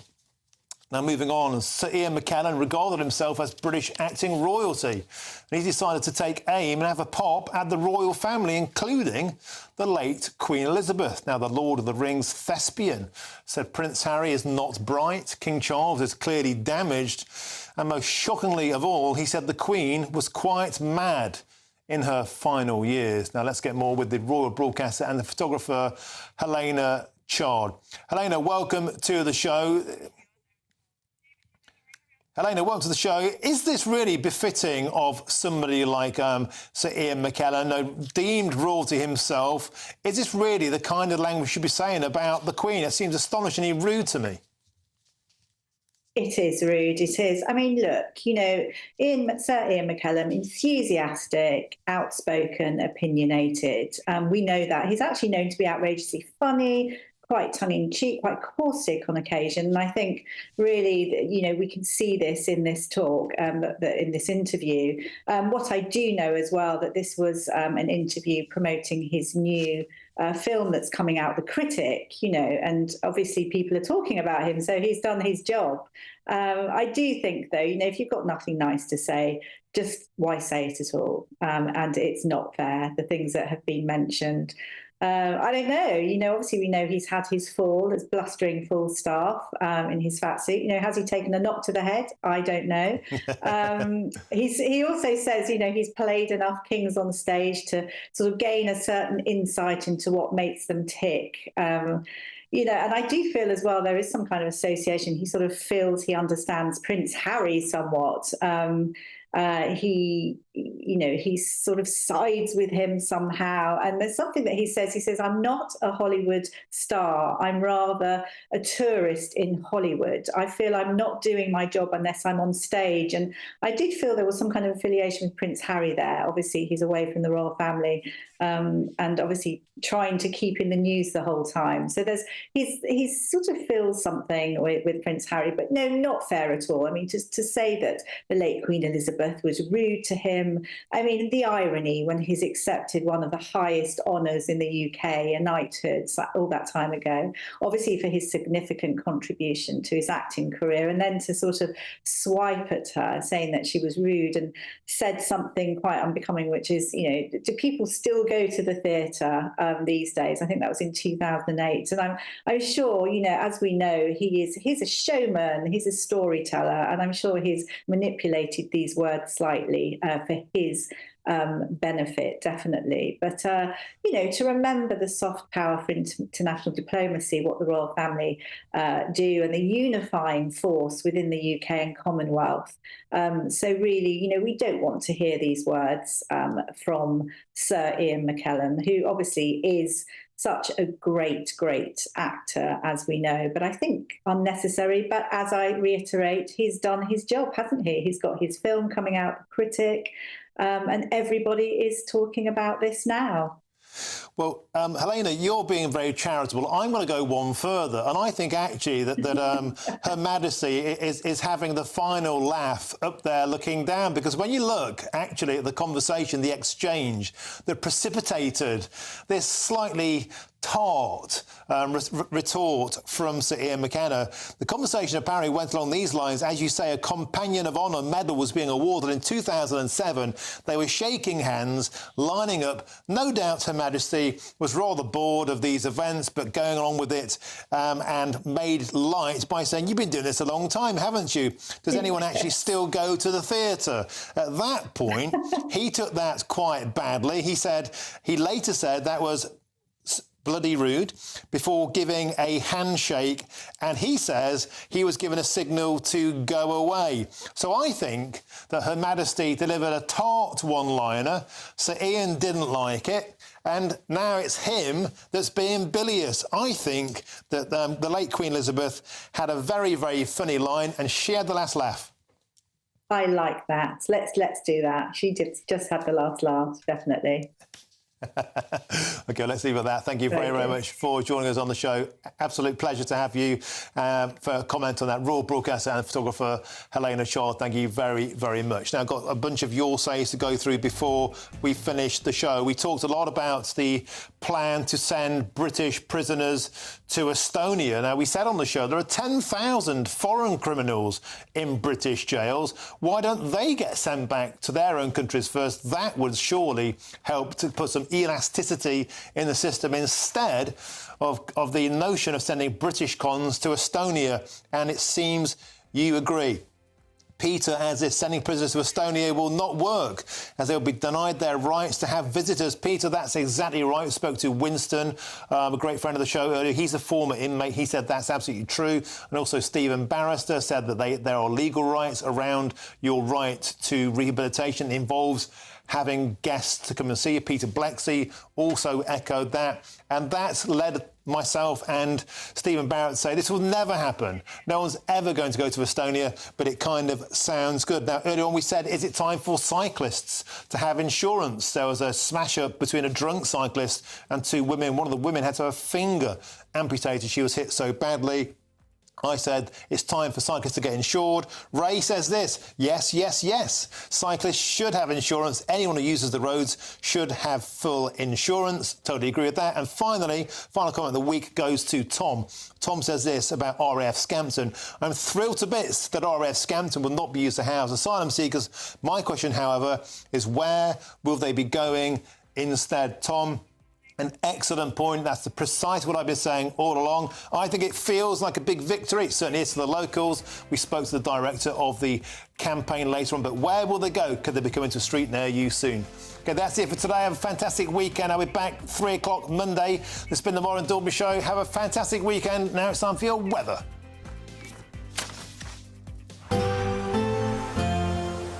Looks like things are heating up. Boxed boilers, sponsors of weather on GB News. Hello, good afternoon. Welcome to your latest GB News weather update. There's further heavy rain to come, particularly into the southwest through this evening. In the northwest, though, staying dry and warm through the next few days. And across